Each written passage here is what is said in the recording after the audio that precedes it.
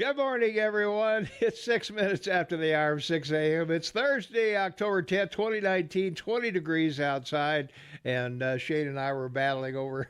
He couldn't get his stream to work, so we were trying to see if we could correct that little thing going on. But as far as I know, a stream should be working okay. We did find the problem.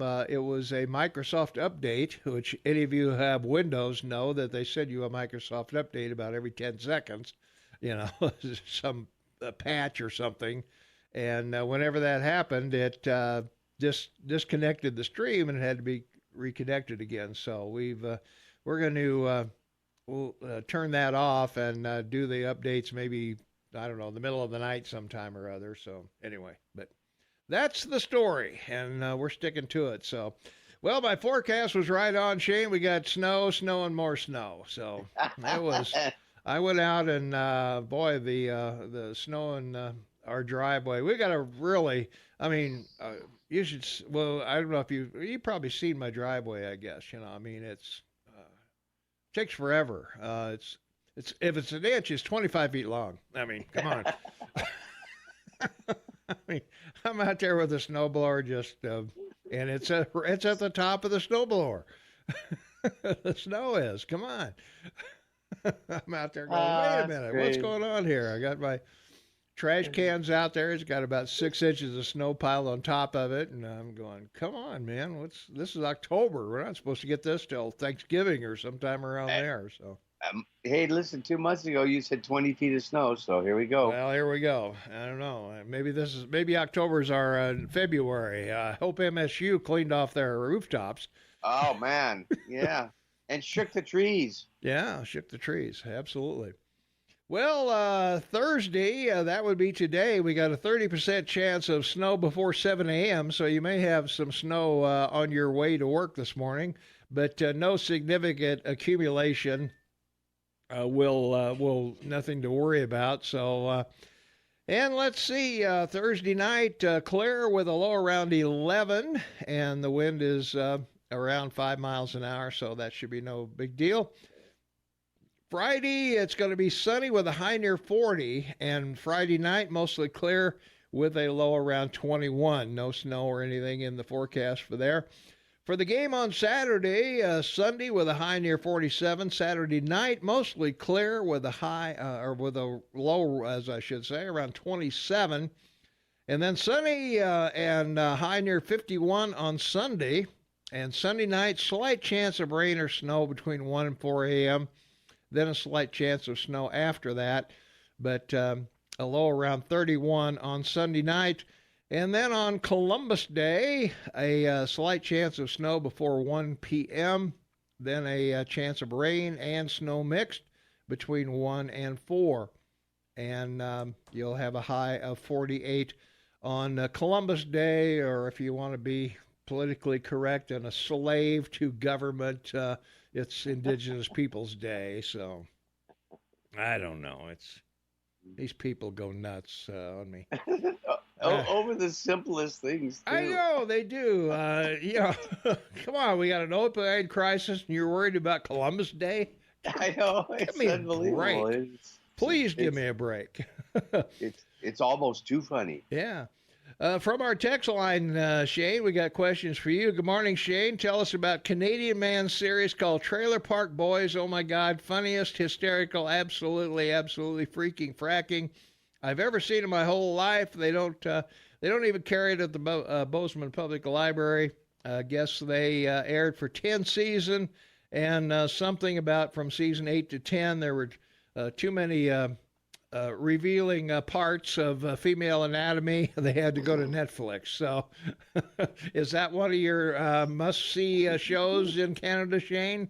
Well, it was 12 seasons and 105 shows, 12 specials. And they did a couple of movies, too. Yeah. There was an animated series that continued from the original release. Mm-hmm. I don't, the amazing thing was the people, it was a huge cast. There were like 25 people in the cast over the years. Mm-hmm. And obviously they lived in a trailer park in Nova Scotia. And, they were less than knowledgeable people. They were. I'm not going to say TT, all right? I'm just not going to say it. Okay. Some of them were ex-cons. Yeah. And they were living in the functional or fictional or dysfunctional fictional Sunnyvale Trailer Park. Wow. In Dartmouth, Nova Scotia, which is quite a beautiful place, actually. In the summer and spring. Yeah. You don't want to be there in the wintertime. I was going to say, that's not a... They're right off the coast, aren't they? It's an island off the coast. It's also a province. Yeah. And it's famous because they work 5 years in the fishing industry, make huge money, and then they don't work the rest of the year and collect unemployment insurance. Yeah, so there you go. That's most of what I could tell you about Nova Scotia. All right. The movie was released in 2006. And then the second movie, Countdown to a Liquor Day, was, there you go. That gives you some idea. September 25th, 2009, and Don't Legalize It, which clearly tells you what that's about. April 18th, 2014. Okay. So go to Netflix and try out those and see if they help out the movie, Countdown to Liquor Day, and Don't Legalize It. Okay. That sounds good. Well, I know most of the homeless people here listen to us, so there's an announcement. The warming shelter will be open again tonight. So if you need to get out of the cold, it's going to be pretty nippy. So get in there if you can. And we were talking about streaming, and one of the texters says, I'm streaming. You just started. So, yeah, so we're glad of that streaming is back. Let's see. Good morning. Fox News poll has 51% of people want Trump impeached and removed. Fox News, so you know it's higher. Americans are waking up to this disaster. Rhino. Consider President Pence, adult-oriented White House without the child behavior. The Dems wouldn't be able to beat him either. So there you go. Yeah. All right. I am a little surprised, though, that some of the people do seem to be turning toward favoring impeachment, which is, I don't know. I haven't seen a high crime or misdemeanor from the president that I'm aware of, at least, anyway. But well, that's what it ultimately comes down. It's great. It's a great idea that you don't like him, and there's personal animus everywhere. I was going to say, if you don't like the president, I don't think that's grounds. I don't think the founding fathers, because I think probably there were a lot of people that didn't like, Thomas Jefferson, or they didn't like John Adams, or they didn't like Abraham Lincoln, or I mean, there's probably a lot of people didn't like Jimmy Carter, or Ronald Reagan, but. It's pretty remarkable that, it's sort of, when you get that impeachment fever, what else are you gonna do? Well, I guess that's true. So, all right, some temperatures around the area right now. Livingston is 16 degrees, Manhattan is 17, Three Forks is 17, Gallatin Gateway is 14, Ennis is 15 degrees, Big Sky is 6 degrees. And at the airport in Belgrade, it's 15 degrees. And right now we're at 21 here at our downtown studios at 14 minutes after the hour of 6 o'clock. Our poll question from yesterday is Montana's climate change a result of man or nature? Nature won out, 52%. 41%, it doesn't matter. Climate change is a myth. Let's see, 1% were undecided. Nobody said it was man-made. And 3 other folks commented, results of wobble in the Earth's circuit around the sun, volcanoes, and newspapers. Didn't know it was changing. It's been cold for 100 years, and solar activity controls the Earth's temperature. And I think Shane's mentioned that a time or two on the show. Just a couple things. So today's poll question is, have you or a family member been a victim of a crime in Bozeman? And when you lived here, were you a victim of a crime, Shane? Never. No. I'm one of those guys that got free. Got lucky, huh? Okay. Well, 42% of you said never been a victim of a crime in Bozeman. 28% said over 5 years ago they were, and 14% said yes within the past 5 years, and 14% said no, not within the last 5 years. So, and nobody said yes within the past 12 months or no within the past 12 months. So we'll keep that open. That's very early voting. We just put that up a few minutes ago. So there you are. All righty, there we are. All nice right. day, and enjoy the snow. Wear your boots so you don't, get Yeah, that's wet. right. Yeah, yeah. And don't forget an umbrella. Yesterday we had a comment on the umbrella that you need both hands in case you fall. Oh, right. Okay. So come on, we're not wimps here. We don't wear umbrellas. We put a hat on. That's all you need. That's all you need. Yeah, but an umbrella can work as a cane too. On Well, it won't ice. keep the snow off of you if you're using it as a cane.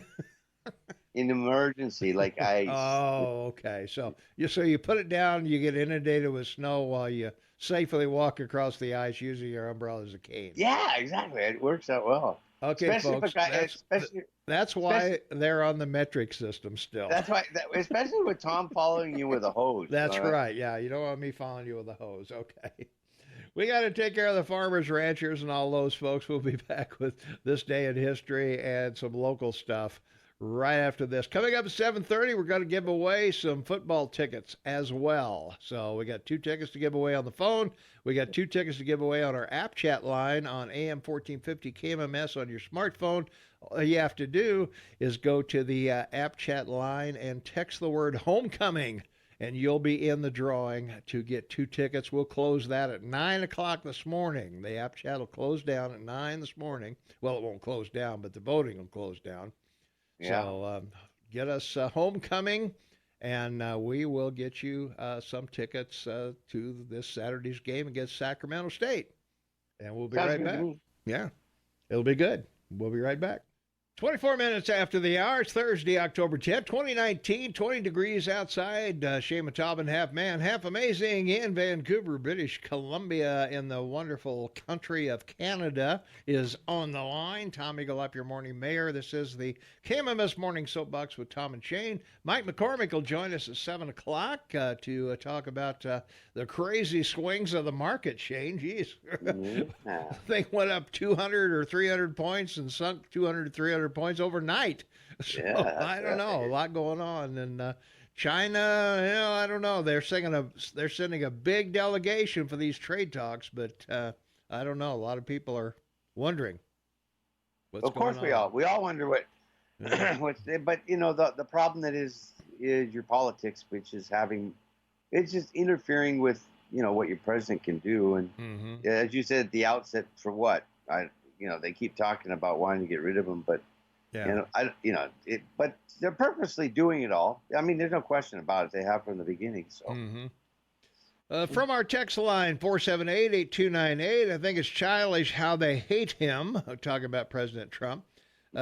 Jeff said Reagan disabled the Fair and Balanced Act for broadcasters, something like that. I don't know. I'm not sure what they're talking about there, unless it's the fairness doctrine, maybe. And yes, I did that the other day with the umbrella. Works like a charm. Plus, I could hide myself behind the umbrella downtown. So that's another good thing. Us well-known personalities, we just can't go out in public without being swarmed. So. And it's sort of difficult wearing sunglasses in a snowstorm. That's true. The Dems will never actually pull the trigger on impeachment. They know it would be their death knell. What they're doing now is a distraction in an attempt to set the tone for 2020. Feckless eunuchs. That was from Not Your Sister Tam. And rigging an election by asking foreign government for dirt is both high crimes and the very definition of collusion. Well, Hillary Clinton. Seriously, this is about as corrupt as it gets. Hillary Clinton. Being flexible after an election is different than get some dirt for me. Well, what do you think being flexible is? So, I don't know. Yeah. Anyway. Well, look, this is all going to go one way or the other. Yeah. with the IG reports on the FISA warrants. That's that's gonna be, you Hmm. know, it's either gonna go one way or other. Yeah. We're If pretty he much. declares to the people of your nation that your Hmm. intelligence services lied to this top secret court that none of you know anything about. Yeah. Well, we'll find That, out. They seem to be. They're going to talk, or I guess Barr's going to talk to the Ukraine guy and a couple other people and wherever, and see what's going on. So, well, yeah. the big scare Hmm. yesterday was Durham.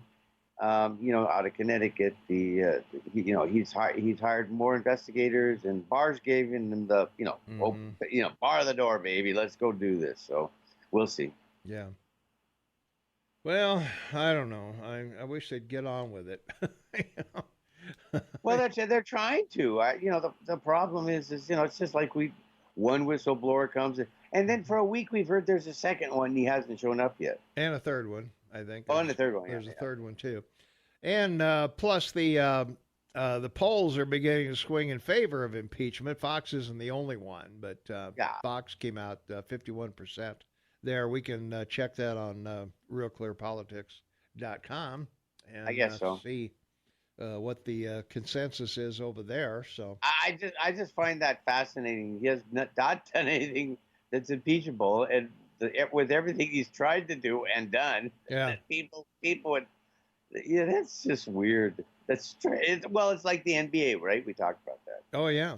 Yeah, they'll fall over backwards to apologize to the Chinese government, but boy, when they Yeah. talk about their own country, they want to rip it apart. So there you go. Well, yeah. And I don't know if you saw the kid that plays the video games that Oh yeah. was a winner there and went on national TV with the goggles and the face mask and started yelling about democracy and the host had to hide under their desks Oh my God. because they're probably facing a firing squad for even letting that kid on. Yeah, exactly. And the wardrobe manager will be killed for making sure they Oh didn't yeah. search you for goggles and a face mask. So I don't Yeah. know. It Yeah. was apparently this kid's well-known superstar of video games in China, and he's down with Hong Kong. So hey, that's There you go, bad. baby. That's bad for Let's go him. for it. So Let's I don't go know. for it. He may not be able to play video games with no hands. So I don't know. We'll see what they do with him. All right, we got to go for just a short time here. We got the Montana State News, Fox News, Montana, weekend weather and all that. So we'll be right back. 24 minutes for the top of the hour. It's Thursday, October 10th, 2019, 20 degrees outside. Shane and Taubman, half man, half amazing. On the line with me, Tom Eagle, your morning mayor in the house. And Mike McCormick will join us at 7 o'clock hour, 7:30. We're going to be giving away tickets to the Sacramento State MSU Bobcats game this Saturday. So if you want to win tickets, there's two ways to do it. One is by phone at 7:30. We'll give the announcement, and you can also win on our app chat line at AM 1450 KMMS on your smartphone. Just hit the app chat button and text us the word homecoming, and that'll put you in the drawing, and we'll close the app chat at 9 o'clock, and we will notify the app chat winner after that. And we'll send 4 people to the game this weekend. And so you got that going for you for listening to KMMS, the Giant. That's right. Snow and glory all in the same time. That's right. Yeah, and it'll be 47 degrees game time, so you'll have a pretty nice day there. That's right. And bring your umbrella so you can block the people behind you. That's right. Yeah, block the people behind you with your umbrella, and yeah, you don't want to get too much sun out there at 47 degrees. No, that's right. Don't want anybody going home with a sunburn. Yes, right. All right, let's see. California High School, or Gallatin High School, set to open on track next year. They'll open in less than 11 months, and school officials say great progress is being made. They're about 67% completed on the $93 million project, and people driving by on Oak Street, Cottonwood, or Flanders Mill can see what the exteriors are going to look like with brick, glass, and metal siding. Everything is going along fantastic. So we'll have a brand new high school ready to go for the kids next year. So next September, I guess. So if we're still here, maybe we'll go out and take some pictures of it. Yeah, I'm just so glad they used siding and glass and brick. They're using all that stuff. Yeah. It's exciting news. It's a huge project. So yeah, we're excited to have it happen, and we're even more excited about the rivalry, the crosstown rivalry between the two schools. So we'll see how the the Raptors, right? I think they picked the Raptors. That's right. They picked the Raptors. Yeah, instead of the the catfish, dungfish, or whatever they originally wanted to call it. Yeah, whatever. Yeah. It was pretty bad. So, well, the crazy mountains, Shane, they keep going. So, part one of the reroute, depending on which side of the Mississippi you're on, of a disputed trail north of Livingston is done. Part one of the trail. They were worried the trail was going across some private property and whatever, so they had to create a new trail, and they announced in a news release that the porcupine, I guess, Ibex Trail will be open to hikers, horseback riders, and mountain bikers on Friday, more than a year and a half after it was first proposed. The 2.5 mile of new trail will connect the Porcupine Trail, Cabin Trail head to the North Fork Elk Trail, Fort Elk Creek Trail. Jeez. Yeah. Wow. Difficult names. Must be Tuesday. I don't know. I mean, they aren't that hard to pronounce. Must be Tuesday for me. So anyway, this reroute replaces part of the historic Porcupine Lowline Trail, a disputed trail that crosses a complicated patchwork of private and public land. So we've talked about it before, but anyway, this Friday, that trail is going to be open. Probably snow-covered trail, but you can still go out there and march along if you want to. We might get some melting. I don't know, but anyway, we'll see. It sounds like they built it wide enough for one of those mini snowplows to run up and down. Well, maybe we'll see. All right. We got to talk about Babbel and CBD Labs. So cool. We'll be right back right after words from those fine folks. 17 degrees. It's 21 degrees. It's 17 minutes before the top of the hour.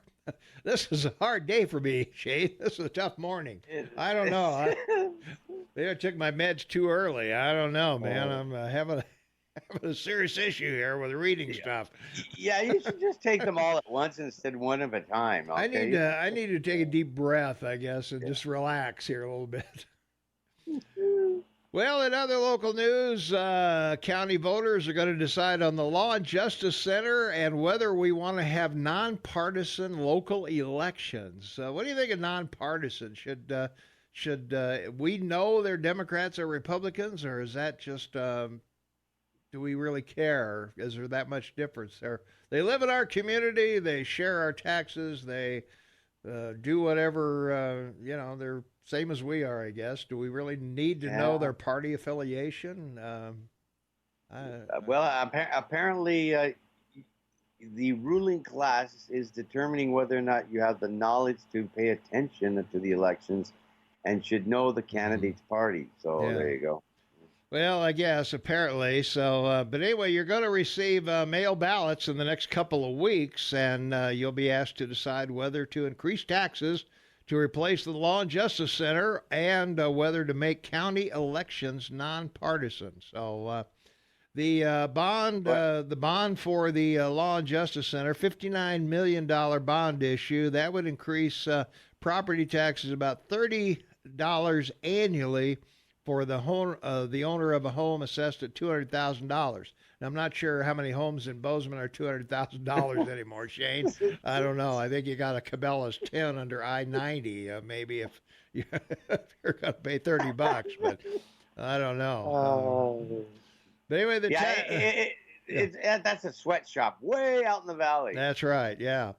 The tax increase would decline over the 20-year life of the bonds if the county's tax base continues to grow. So as more people move in, your taxes would go down because it would be shared by more people, obviously. But the 129,000 square foot building would house the sheriff's office, victim services, youth court services, the clerk of the district court, and justice and district courts.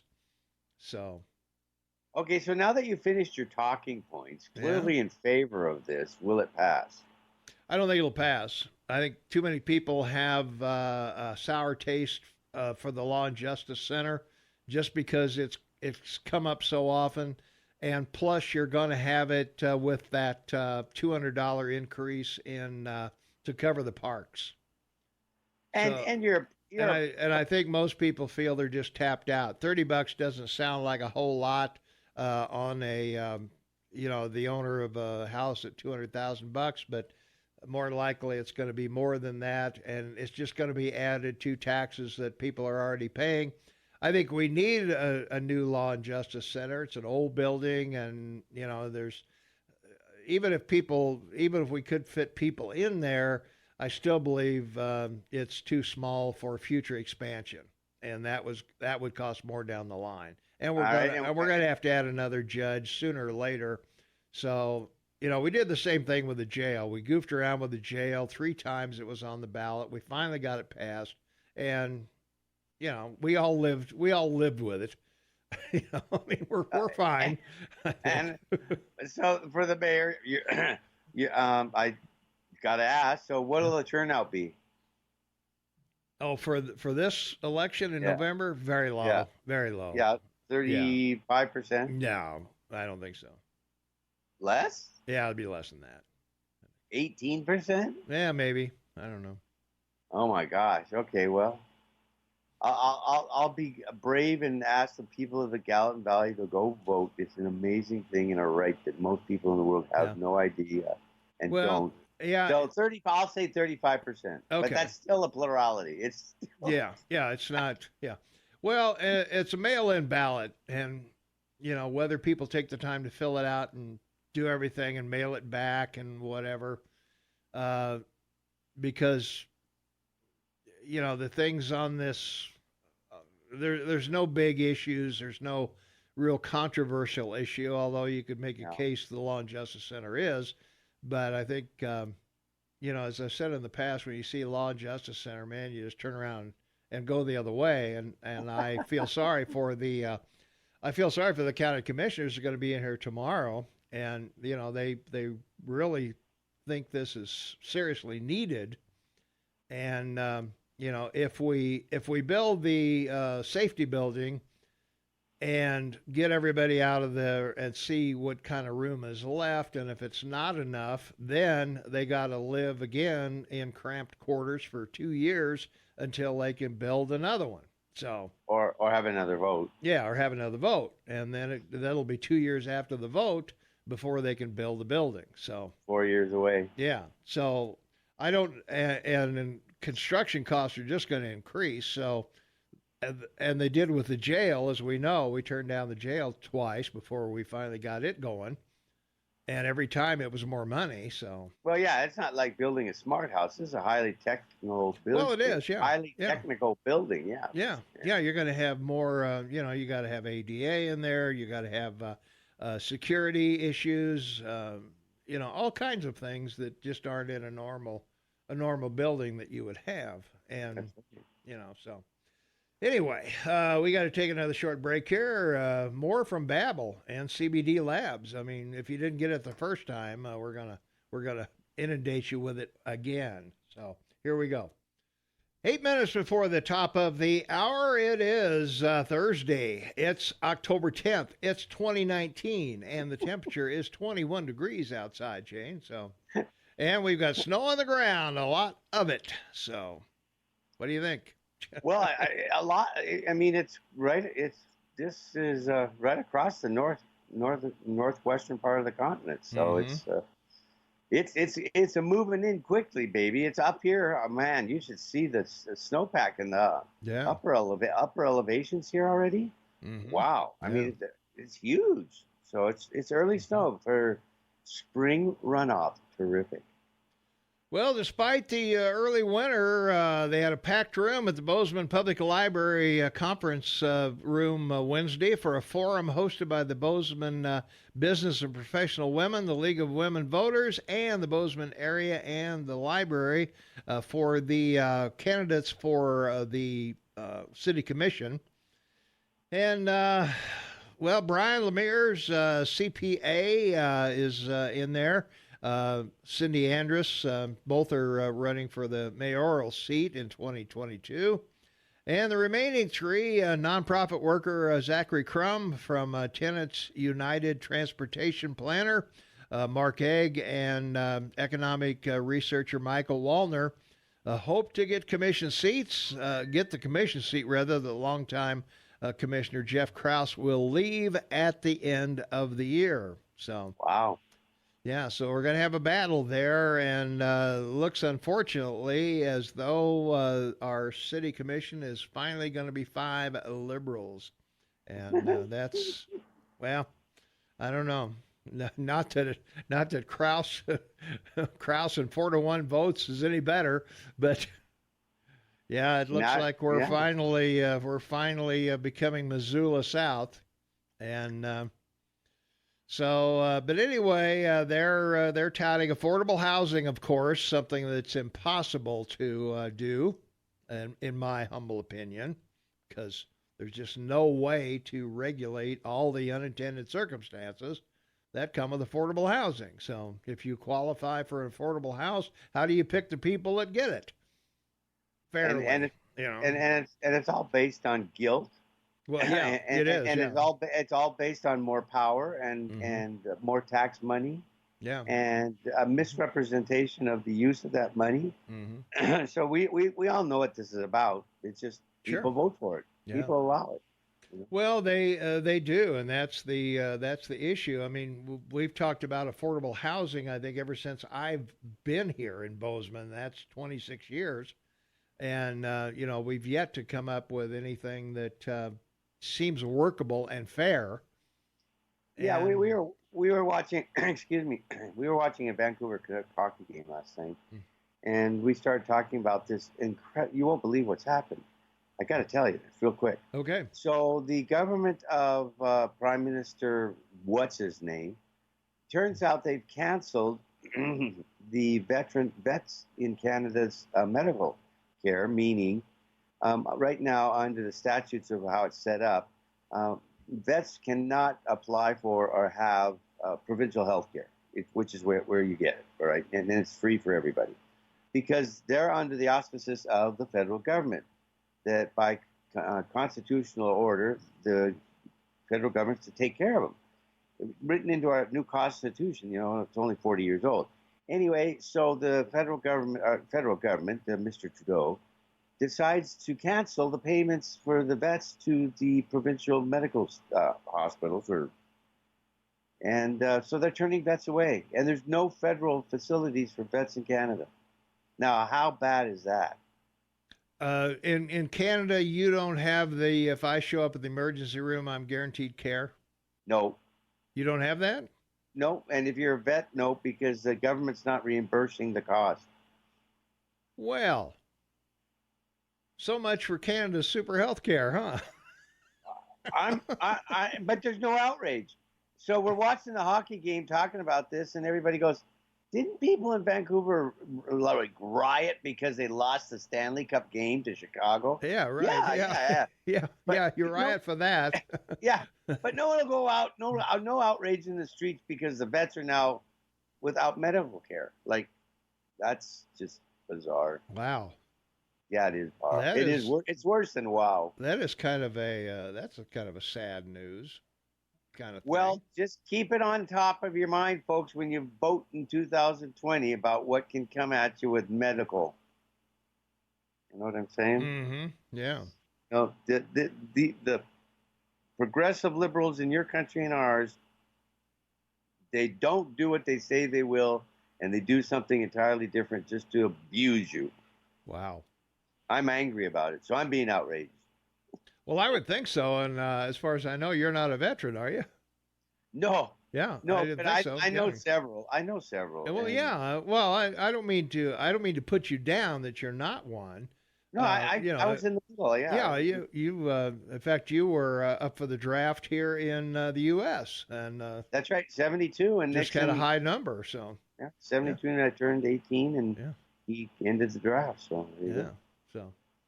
So yeah, but oh well, man, that's sad. You know that. Well, in first place, I guess my surprise is that, you know, in the United States, obviously, a veteran or anyone can turn up at an emergency room. They're going to get care from, you know, Ronald Reagan back in the day.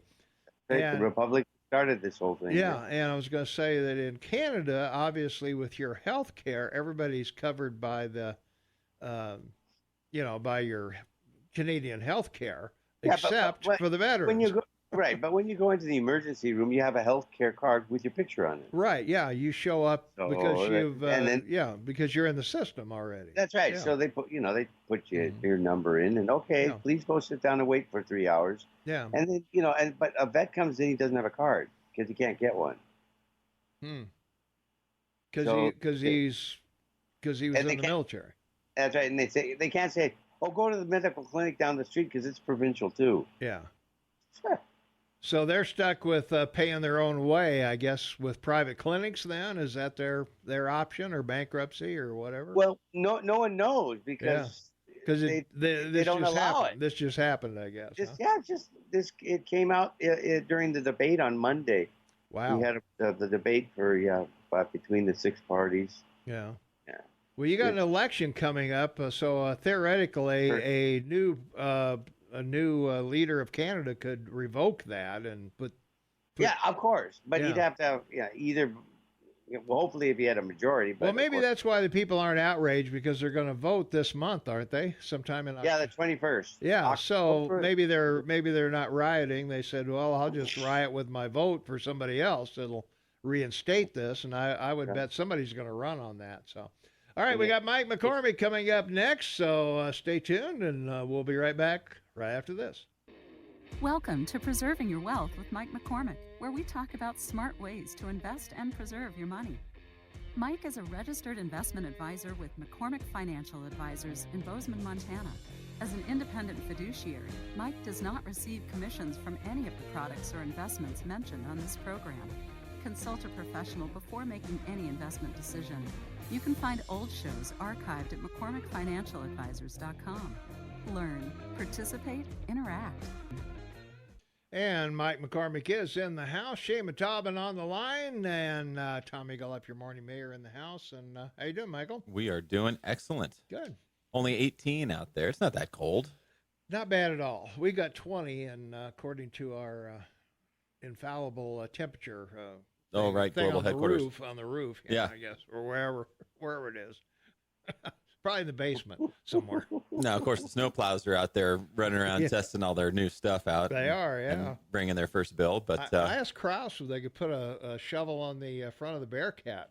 Ooh, multi-purpose. Yeah. Let's save a little money, and we got to run that thing every once in a while. Yeah, it won't start if it just sits there. Good morning, Shane. How are you?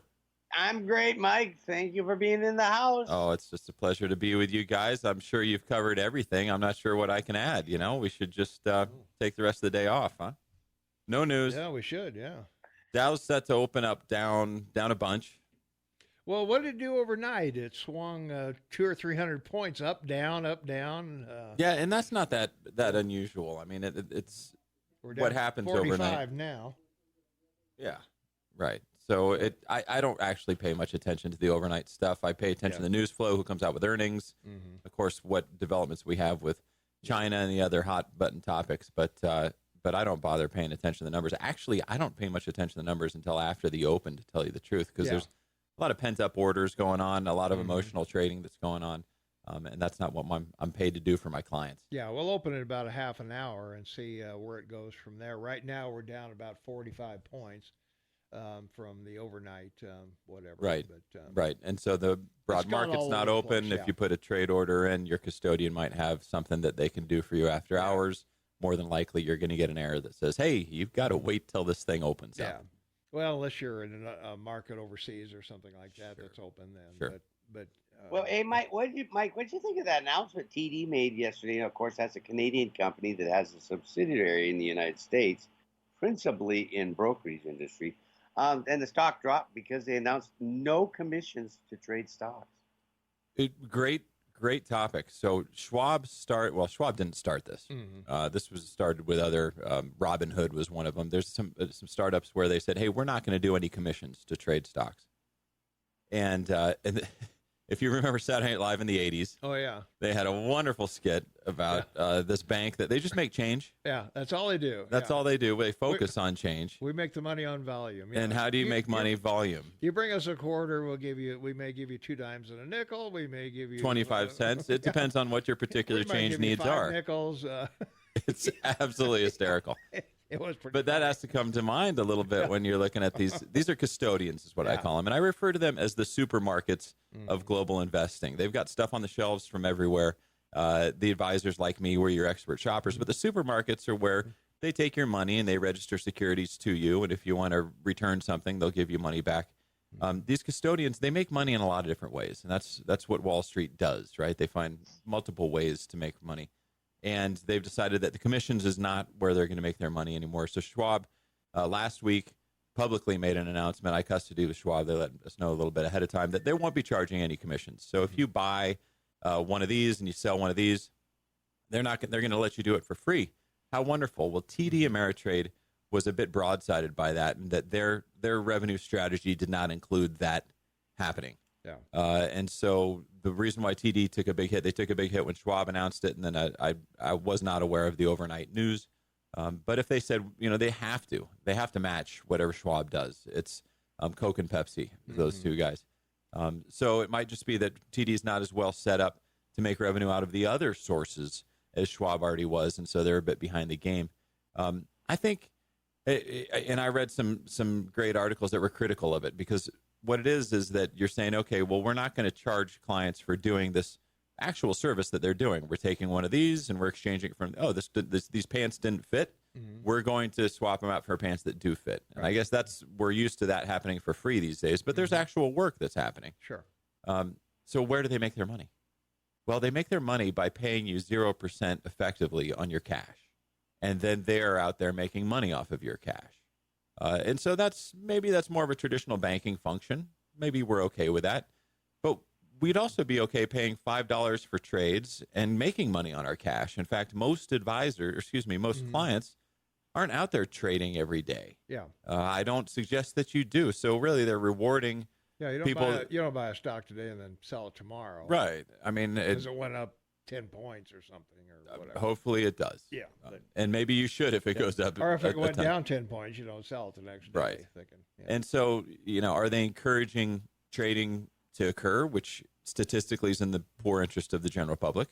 Are they benefiting only high-frequency traders? That's an argument there, too. So there's a lot to this that I don't think is necessarily in the interest of really the people that we want to help, which is the people that need to save, be disciplined, and grow their assets over time. It's marketing stuff that TD got caught up in. TD is also a bit behind the game in going direct to consumer. We're getting a Schwab retail center here in town, and TD doesn't do sorts of things like that. They're only there to support advisors like myself. Interesting stuff, though. Yeah. Well, if they're paying 0%, then why would I go with Schwab, say, just because I'm not going to pay a trade fee? Well, it's a good question. But right? I've got to make something. I assume I would make money if the stock goes up or down. Well, it's the same thing. Yeah. It's just basically saying we're not going to charge you to return your stuff. If you want to change your stuff, that's great. We're not going to charge you for that. And They used to charge a lot. Mm-hmm. There's some mutual funds that still charge you a fee to get rid of. Yeah. So it sounds like they're going to take part of your money for them investing it, and you're going to get less of a return to cover that commission that they're not going to charge you anymore. they make money in lots of ways. Yeah. This is Wall Street. They're not in business, and they're a bank. They're not in business to Two lose. things, right? Yeah. Wall Street and a bank. Right. Yeah. They don't take risk, and they don't lose. They're the casino of Wall Street. Is Right. what you're telling me. If you're getting something for free, yeah, you're paying for it somehow. Somewhere else. I was going to say. So I'm probably going to take less of a hit. Let's talk about fees just real quick. Sure. Just because people don't understand how they're paying for stuff and when they invest. Yeah. And that's by design. We don't have a menu of this. If you trade stocks from 0 to 100 shares, then it's this fee. If it's 100 shares to 500 shares, it's this fee. Or well, that's another interesting thing like is that, when they did charge a $6 trade fee or $5.95. Yeah. It's $5.95 if you want to sell $1 million worth of Coke stock. Yeah, It's $5.95 if you want to sell one share of Coke stock. Yeah, I know. The whole thing was kind of silly to begin with, I Right? guess. Yeah. And especially since computers are doing it, there's not, you don't have Guido on the floor with his little, pencil and Make his hand signals. right, and all going, that. right. Oi, Judy, it was a tough day today in the pit. That's right. Yeah. That's not happening anymore either. No, I don't. Maybe it's robots.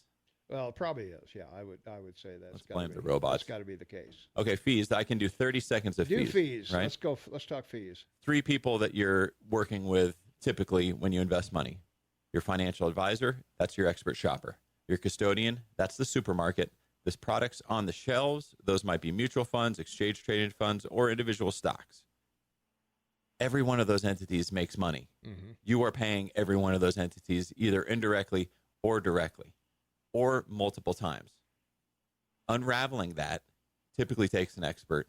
It's even hard for somebody as savvy as you, Tom, to go online and try and determine where your Vanguard Balance Index fund is making its money. Yeah. It's not easy. So just know that bottom line is that you do the best you can. If you're comfortable with how your money's being invested, if you trust your advisor and you ask them questions about fees and they tell you things that make sense, you're probably just fine. Most people aren't paying outrageous fees these days. The big fees are still the areas that people are looking at from the regulatory standpoint. The big illiquid insurance contracts, sophisticated investors, private placements, private equity deals. There's still big fees associated with annuities, things like that. Would the risk figure into it on the fee charged if there's more risk to the? Now you're supposed to be a fiduciary that looks out for me. I am. I'm not supposed to. I know you are. I know you are. But but you're not my client, so I'm not really obligated. I know, right? Yeah. Full disclaimer. Yeah, I'm not Mike's client. But I'm wondering if a brokerage house would look at, okay, this guy maybe is going along on this risky overseas deal that may or may not happen. Yeah. So we could lose on this as well. Yeah. So well, the fees are more if there's more work that goes on to Yeah. it. So if you're in a fund that's investing in Chinese stocks, let's say, you better hope that those people are connected. They're over there. They're flying back and forth to visit the companies. They're meeting with the right people. They're doing research. They might have bilingual people on staff. There's expenses in there. And so the expenses for a fund that is doing difficult things is typically higher. If you're investing in a fund that gets you a broad allocation to S&P 500 companies, there's probably very, very low fees in there. But there are still some. Yeah. Would it be easier for me or cheaper for me to invest in what's the Amazon guy over there? Baidu? Alibaba. Excuse me, Alibaba. Alibaba, yeah. Than it would be to say invest in Huawei. Alibaba's custody in the Cayman Islands. Well, through Schwab, you can't. I don't think you can trade Huawei directly through Probably Schwab. not. Yeah. Shane's the expert on that. Yeah. What do you think, Shane? Yeah, right. No, it's not listed. Not listed. Alibaba's listed on the Yep. New York Exchange. Yeah. Yep. So generally, they try and sort of pair fees with I mean, risk. it might be tougher to go through Chinese for Huawei than it would be to go to the Cayman Islands for. Yeah, I wouldn't know how to invest in Huawei. No, Huawei's a private company. Right. Well, that's right. I guess You'd have to have some friends in China. Yeah, okay. In the government, presumably. Hey, what's going to happen with this NBA thing, Shane? China, NBA. What's going to happen with the? Is the NBA going to stay in China? I'm really concerned with all sports in your country with streaming. So it's going to be entirely up on, how the streaming works out. Because in 2024, the NBA or the NFL contract is up with the networks, and they may not be around. So they have a $27 billion contract right now, with the networks. Well, I guess ABC. Well, it's spread around, right? Well, if they don't have millions of people on their streaming, either by individual team or through some survival mode of a cable company, then I don't know where I don't know how your national sports survive. There's nothing like live television. The only thing that people are watching live these days is sports. Pretty much, yeah. And talk radio. But how's it going to be delivered to them? Satellite balloons. Yeah, right.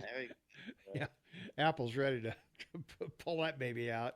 Yeah, that's right. Yeah. So I'm interested because we got. The question is NBA. I think you're going to run into the same problem with the NBA that the NFL did with the knee first. And when people start to realize the subsidies that the NBA gets for not paying taxes, because the way the NBA is set up sort of like a general partnership. So, they sit down and they have to share their money. Yeah. Mm-hmm. And, you've got the prime teams that are, basically having to provide, subsidies. Basically, billionaires are being subsidized by other teams. So the Lakers, 2016-17, they raked in $115 million, but, they had to give out $94 million, right? To the other NBA teams, the Warriors. Yeah. Well, and NFL doesn't do that. You make your own. You make your own way in the NFL. I'm pretty No, but sure. they don't get taxed on this, and that's no, why they don't. can do it. No, they don't. Yeah. Individual players are paying income tax. Yeah. When they get the money, they are. The owners are paying. Income tax. The individual players are. Yeah. It's just it's like a strategy, like a REIT or master limited partnership pass through taxation. But they're all annuities. What's super interesting to me is, Trump's got his game of chicken going on with China, right? Yeah. And we talk about that a lot. We talk about the economic policies, and it seems to be kind of getting to the game of chicken where people are like, oh, we're getting kind of close now. Nobody's really pulled off the road just yet.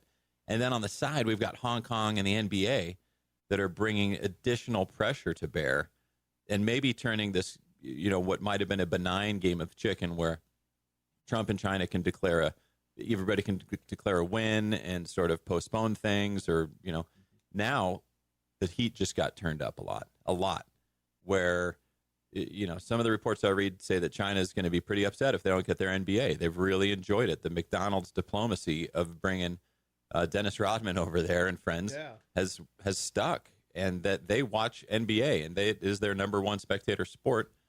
And you've got players that are a bit more like Hollywood actors than, conservative commentators that are going to have an opinion in this, and they're going to have the ability to do some voting with their feet or their pocketbooks. Also, you've got a lot of owners that do have surplus wealth and have the ability to not make profits on this. It could be that the NBA decides that they're going to make a Nike-style stand or a Patagonia on the environment type of stand, and use Hong Kong as evidence of it, and embolden this thing and turn this game of chicken into what was sort of a benign, okay, we'll subsidize you, buy soybeans, and we'll buy this, and okay, we won, you guys won, to, hey, we got real consequences here. All right. We got to take a quick break. Mike McCormick Financial Advisors in the house, and Shane Tobin on the line with me, Tommy Galef, your morning mayor. We'll be right back with more with Mike right after this. Will you have the peace of mind in, say, 10, 20, or even 50 years from now, knowing you mark the final resting place of your loved ones in the proper manner? At Goose Ridge Monuments, they help you create an artistic tribute that is personalized and tells a story. A memorial is forever. Let Goose Ridge Monuments assist you in preserving your family heritage. Visit them at gooseridgemonuments.com today to commemorate your loved ones. Goose Ridge Monuments, because someone lived.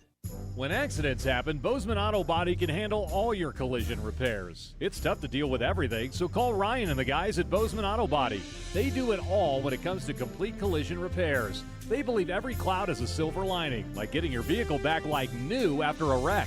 Bozeman Auto Body makes it easy. They work with all insurance companies, and they fix damage on all makes and models from small repairs to major body work.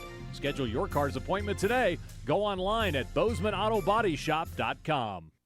On Westwood One Podcast Network. October 23rd, 2017. This is where the day started. Stefano had been trying to get sober for a while. He'd been struggling with his addiction for 10 years. Around 2009, he started on prescription drugs, painkillers. He was working for a pharmaceutical company, which is convenient. For those of us left behind, you're constantly trying to find out, what could I have done differently? This is Last Day. Subscribe today wherever you get your podcasts.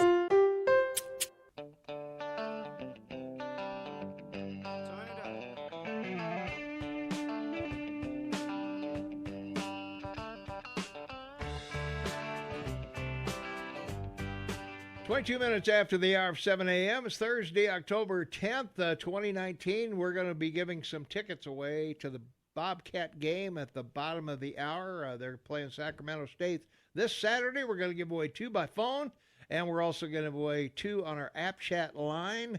All you have to do is on your smartphone, go to the AM 1450 KMMS app. If you don't have it, download it immediately.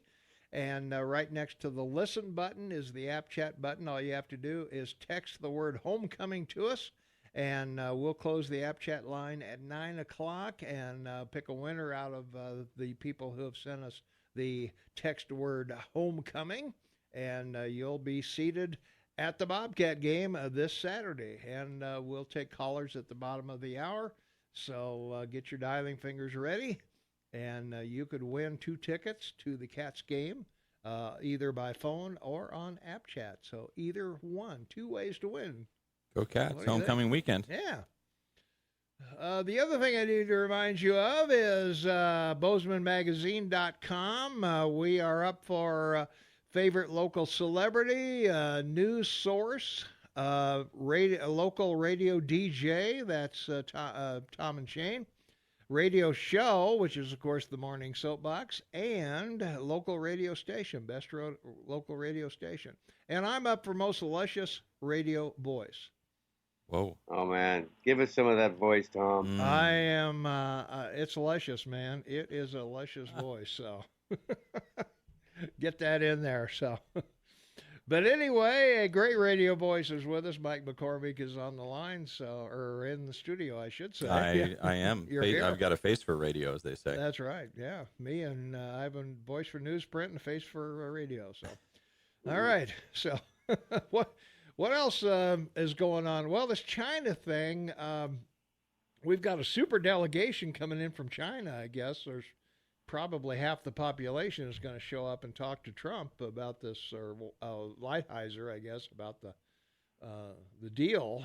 The deal. Try to come to some kind of arrangement here, because tariffs are going to go into effect, I think, on the 15th, Shane. Is that right?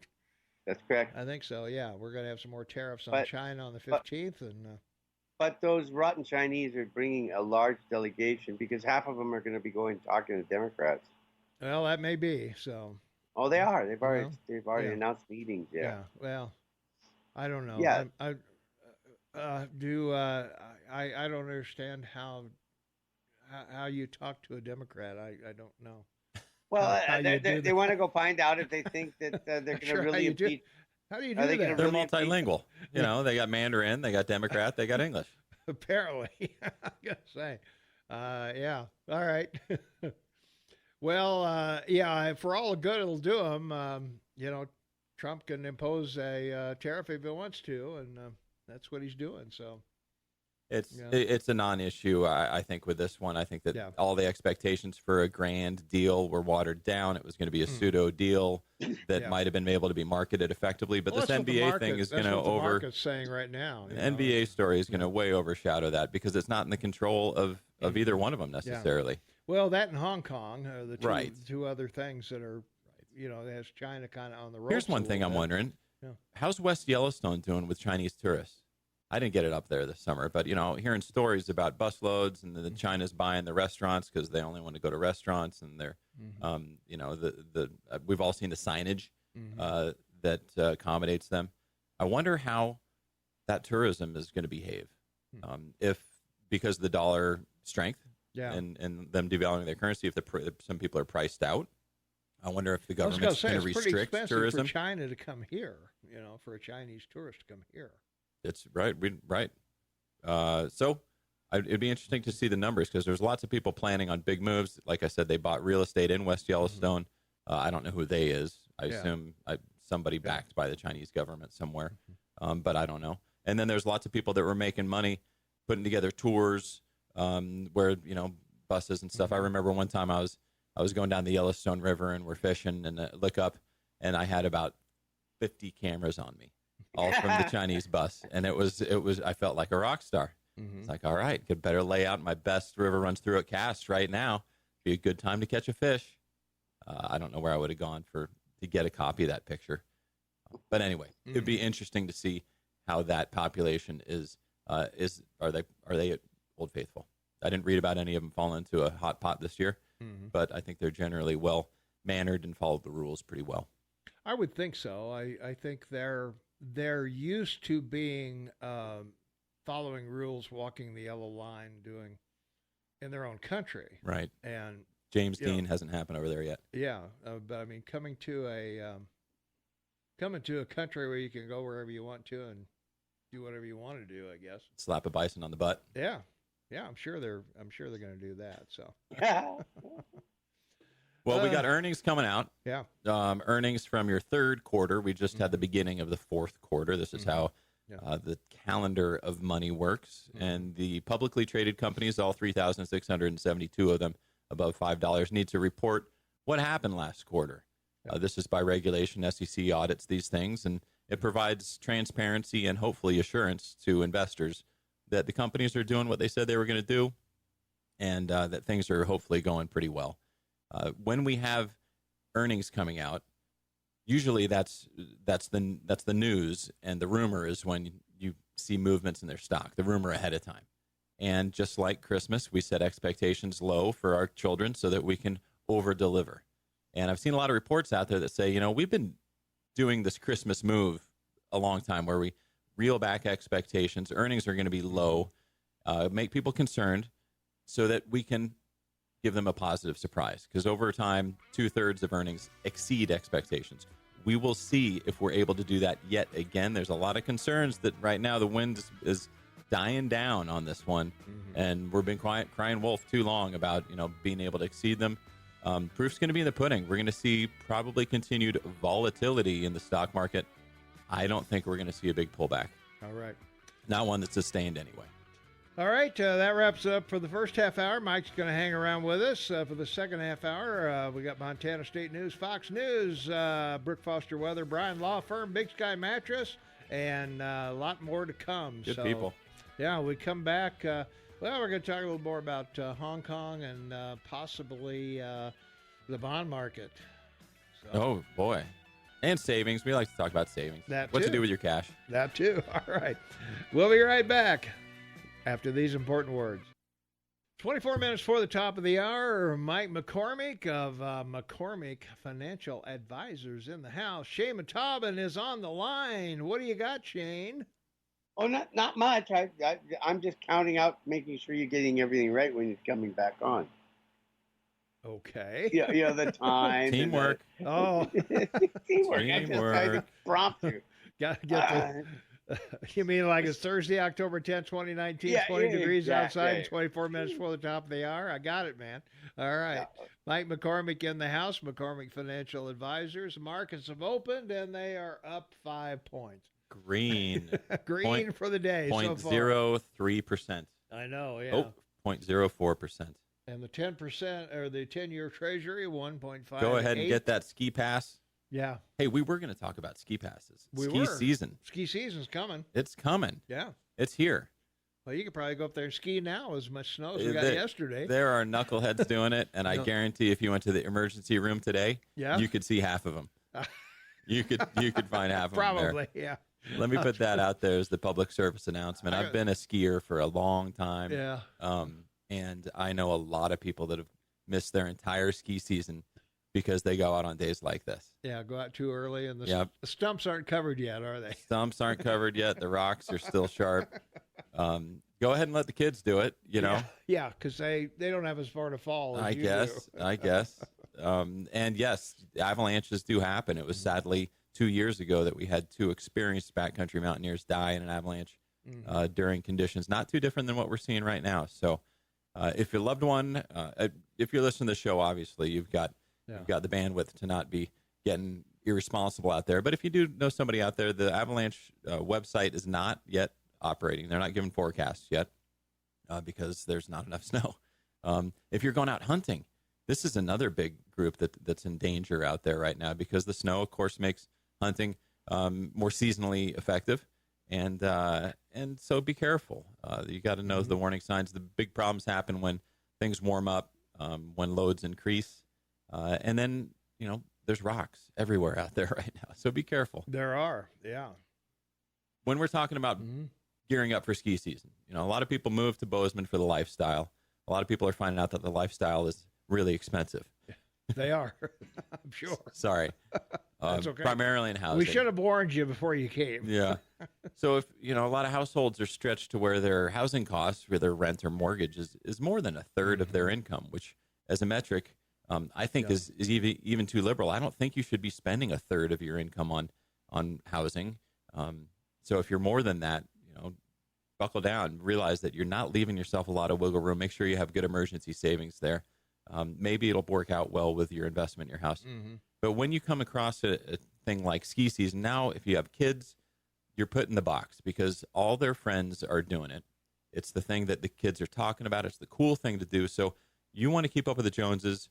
You need to get out there skiing. How can you do it without breaking the bank? How can you do it affordably? You know, step one is that you do need to plan and acknowledge reality. If you're going to be skiers this year, you need to get season passes. That's the only affordable way to do it. If you end up paying as you go and you go a lot, that's pricey. It's pricey. Now, also the flip side is recognize that the season pass deals usually are break even at about 10 to 11 times. They know their numbers. Oh, yeah. They know their numbers. You statistically are going to ski about 8 to 9 times. Right, yeah. So they're going to make money on you. So you're going to you're going to say, I think I should get a pass, and you're not going to go out enough times where it would make money to do it. So know which group you're going to fall into. The average family that isn't all in is not going to ski every weekend. Yeah. There are families that do. I've seen them all. I'm envious of them because mine's not one of them. Yeah. We get out there like 5 times a year. And, you know, even that takes some cajoling. Sometimes we always have fun, but well, you got you got life happens. You got 2 girls and you got things going They're on. teenage girls. They don't do what I tell them to do. But when they were younger too, there was always a birthday party or somebody had a cold or it was too cold. And they just, you know, if you have little boys that are hardcore, get the passes. The passes are the best deal. And in terms of the gear, I've been skiing, like I said, a long time. Old used gear works great. It works great.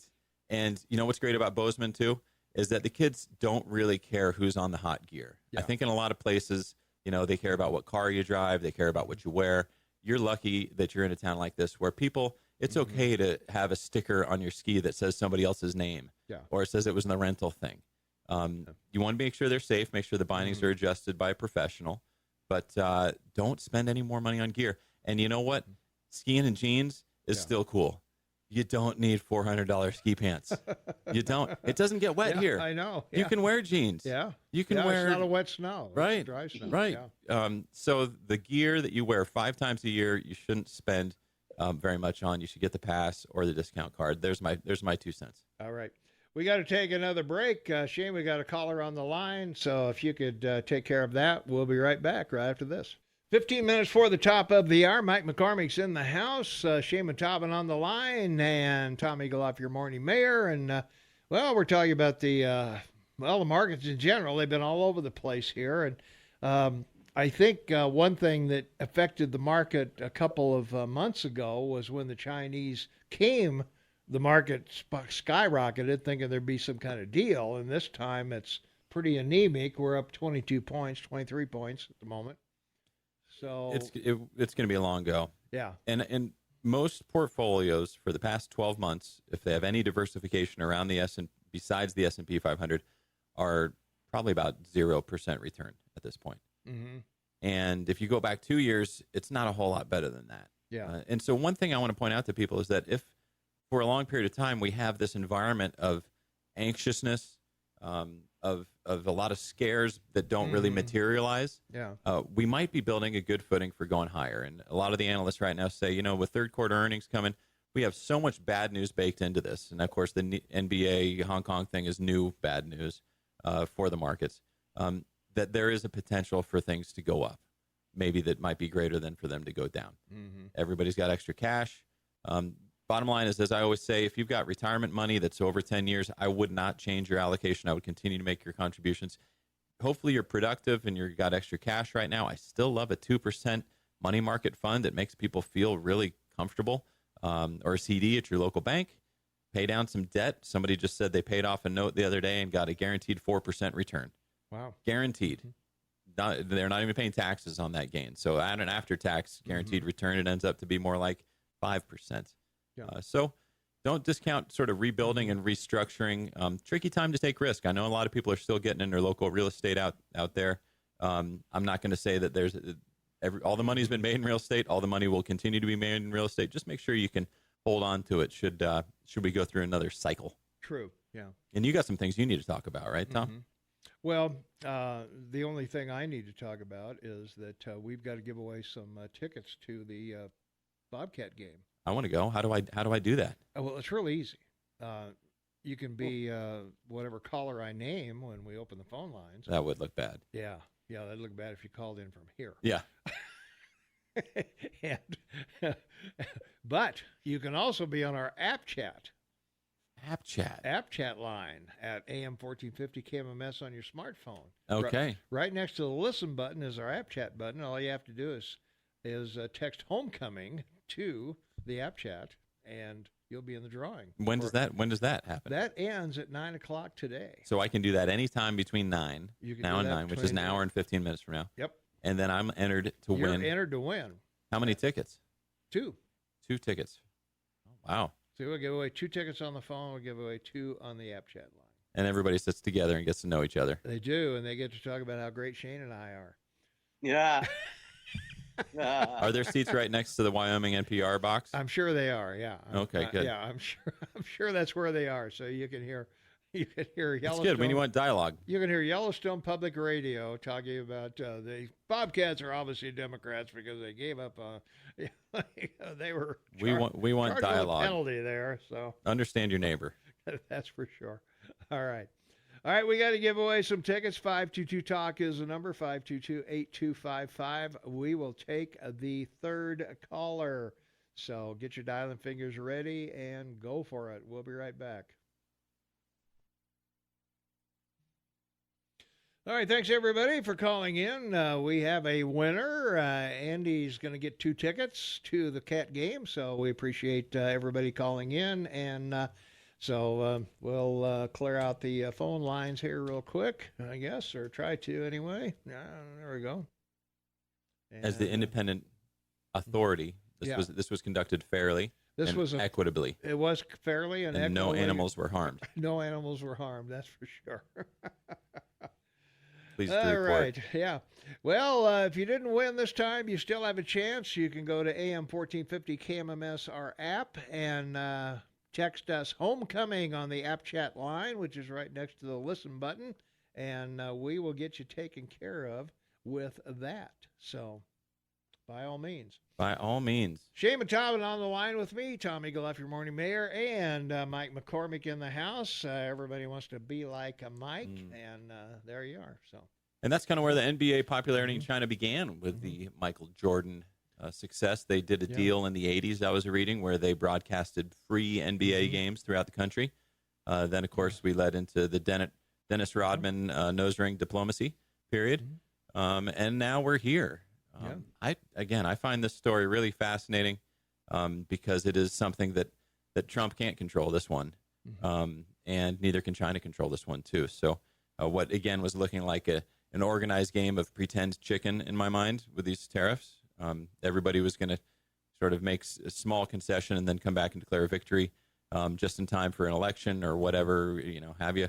Now we've got a new element in there stirring it up. I think that it's disconcerting, but in terms of investing and how people handle their money, shouldn't really change too much. All right.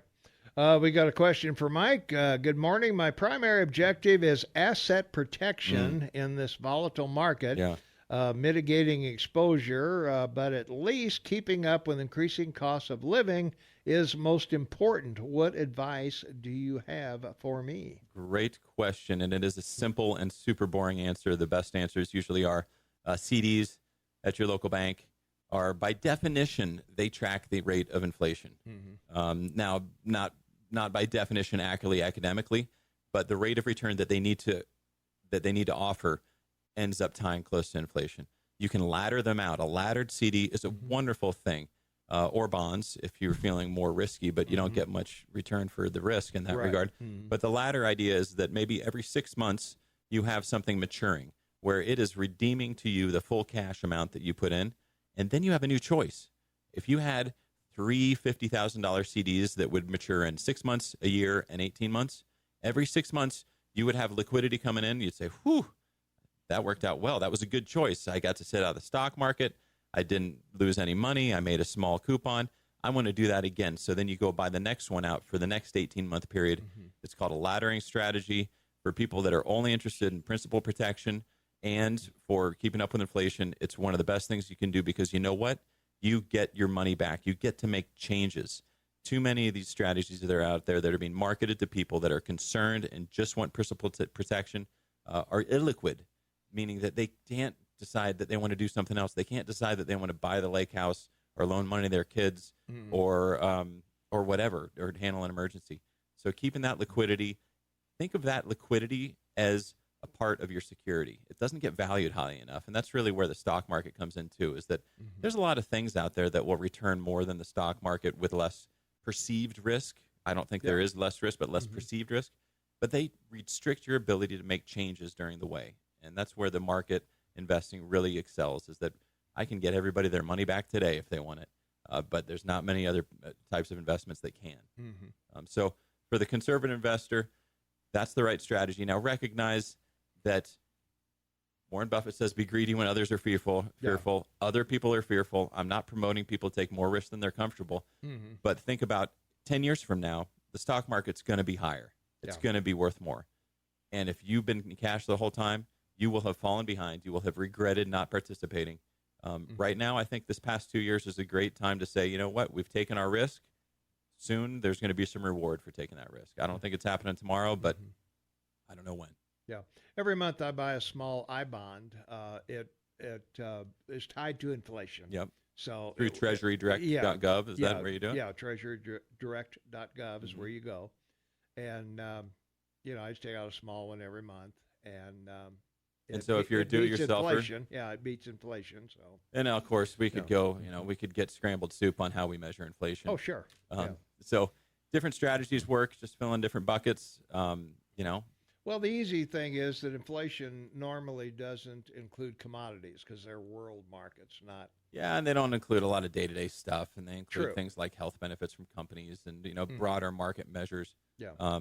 But they don't include food and fuel and things like that. We know that what are volatile. Right. We know what our listeners asking is that they want to make sure their purchasing power in the future is not being eroded. Right. Exactly right. So yeah. And I like using the local bank. I like the e-bond thing too, Tom. But these days, when things are so risky, it's nice to have people that you trust. Sure. Using a local bank, you get a local banker, you get a piece of paper, you get somebody you can call. Yeah. You get a free lollipop, maybe a dog treat out of the deal. A lot of side benefits to that. Yeah. No, there are. And that works out really well. Right. Yeah. Right. But again, you got to have a portion of your money that is allowed to grow in some area that you feel comfortable about. Sure. The easiest one for most people is stock market. And if you've got an IRA that's over 10 years from being used, I would not have much in bonds right now. I really wouldn't. Yeah. The bonds are far overpriced compared to stocks in my mind. But it doesn't mean that they can't persist. My favorite expression in investing is the stock market can remain irrational longer than you can remain solvent. Yeah. Think about that one. Okay. Just because you think That'll something work. should happen, it doesn't mean that it will That in a will, timeline yeah. that will accommodate you. Yeah, you'll be in trouble. So Right. Yeah. So We're looking at a market that's now up 150 points. That is Wow. 0.57% for the percent people. Yeah. And that's just a lesson that paying too close attention to this news flow Mhm. and letting it affect your decisions is usually a losing proposition. It was Yeah. looking like we were going to be down twice as much. Now we're up. Mhm. Who knows why? I don't. Well, we did a swing the other day, 800 points or Oh, yeah. something like that. I mean, it happens, and as you point out, most investing, well, in fact, all investing should be for the long term, not Right. not a month or 6 months or a year at a When's time. the best time to plant a tree? Yesterday. yeah. When's the next best time? Today. Today, right? Yeah, So that's true. Yeah. with your retirement contributions, keep putting them in. Plan ahead. Mhm. It's tax time for the people that didn't plan ahead. This is the extension deadline, and if you didn't plan ahead, there are. Well, I think we're past the deadline on being able to help you with any last-minute retirement plans because we're past the corporate deadline. You'll say the 15th, is for you got 15th of 5 this month is the days, personal extension date. yeah. Last month was the corporate extension date. Mhm. So, yes, if you've got an individual IRA account set up and you're extending, you still can make a contribution for last tax year. Mhm. So talk to your tax professional about if that would be helpful for you. The key to these advanced planning strategies, you might call them, the key to being one of those people that pays less taxes and so on, you have to have cash at the right time, and you have to be able to commit it. And so, unfortunately, a lot of the people that end up extending are the people that are less well organized with their finances. Might be time to reevaluate and how you're doing your books. Paying in arrears can really bite you. Let's take an example. During the last business cycle, if you're in real estate, like I was, you were doing extremely well, and then all of a sudden you weren't. Well, you still had to pay quarterly estimates for your taxes based upon how you did last year. Mhm. That hurt. Let me tell you, when Oh, it you're does, hemorrhaging money from all different areas and I the know. government says you got to pay your estimates or you're going to be in, Yeah, in- your estimated you're going to get a tax, penalty. Otherwise, you're like, gonna get I screwed, guess the so. penalty is happening. Yeah. So being current on your money for the small business owner, I think, is usually the right choice. Yep, there it is. Mike, thanks so much. Hey, Great nice to be here. information. Thanks for coming in. every Always love the Thursday. listeners' participation. We covered. Yeah. Oh, we didn't just go into stocks. Nobody wants to hear about stocks Nah. that often. Up, down. We cut everything. Yeah. Yeah, right. We got it all. How do we make money? Yeah. Volume. Yeah, that's right. The more you put in, the more you make, right, Shane? That's right. All right. Everybody have a great week. Stay warm. All right, we'll be back. We've still got some more local stuff to talk about. We might even get to the 5 things you need to know, Shane. What do you think? We'll see. We'll be right back with more right after this. Welcome back, everyone. It's 6 minutes after the hour of 8 o'clock. It's Thursday, October 10th, 2019, 21 degrees outside. Shane Matalbin, half man, half amazing, is on the line with me. Tom Eagle, up your morning mayor. This is the KMMS Morning Soapbox, as Dan so eloquently expressed recently. From our text line, 478-8298, a recent survey found the most annoying thing people experienced at work is unnecessary interruptions by coworkers and others. Can you even imagine how President Trump feels? And he never takes a paycheck for all the grief and insults. Not many people can stand up to the constant attacks from all sides, as well as Trump has. Maybe no one. Trump has been ordained by God Almighty to save the republic, whether the Democrats like him or not. So, what do you think, Shane? Wow, that was a great rant. That was pretty rant, huh? From our text line, 478-8298, Trump cares as much about the truth as he does about the sanctity of marriage, and his followers believe his lies. Well, see, there you go, another half rant. Yeah. Let's see. What else we got here? Sorry, Republicans, Trump is not a conservative or an adult. We conservatives tried to warn you. This wouldn't end well for the GOP. The damage he's done set conservatives back decades. What damage? What damage has he done? Jeez. I mean, 155 conservative judges, federal judges appointed, two Supreme Court judges, just that alone. Yeah. Like, that's crazy. Mm-hmm. Like, yeah, wow. Wow, uninformed voters create unintended consequences. Apparently, yeah. Yeah. For Mike, what financial institutions offer the 2% money market Mike has recently referred to? Well, I would check with your bank or your financial advisor for that recommendation, probably. That I'm sure, depending on the amount of your deposit, you can probably call your own shots. Yeah, exactly. They'll be happy to accommodate you. So. Let's see. What else we got here? Okay. Take Trump out of office now. Due process later, like he wants to do with our guns. Oh, please. Give me a break. He's not going to take your guns. And you're referring to red flag laws that are done in states, not by the feds. So peddle it somewhere else. Well, the bottom line is they finally read the laws and they realized they're already in place, and everything everyone was talking about adding, like these red flag laws and everything, they're already covered by the National Act, Enforcement Act to register. So I mean, we've talked about it. Yeah. No, you're exactly right. And as I've said before, all these Democrats want to come and take your AR-15s and your AK-47s and whatever. And as I've said many times, shouldn't I have the same protection from my government that my government is going to come after me with? Shouldn't I have the same weapons the government is going to come and see me with?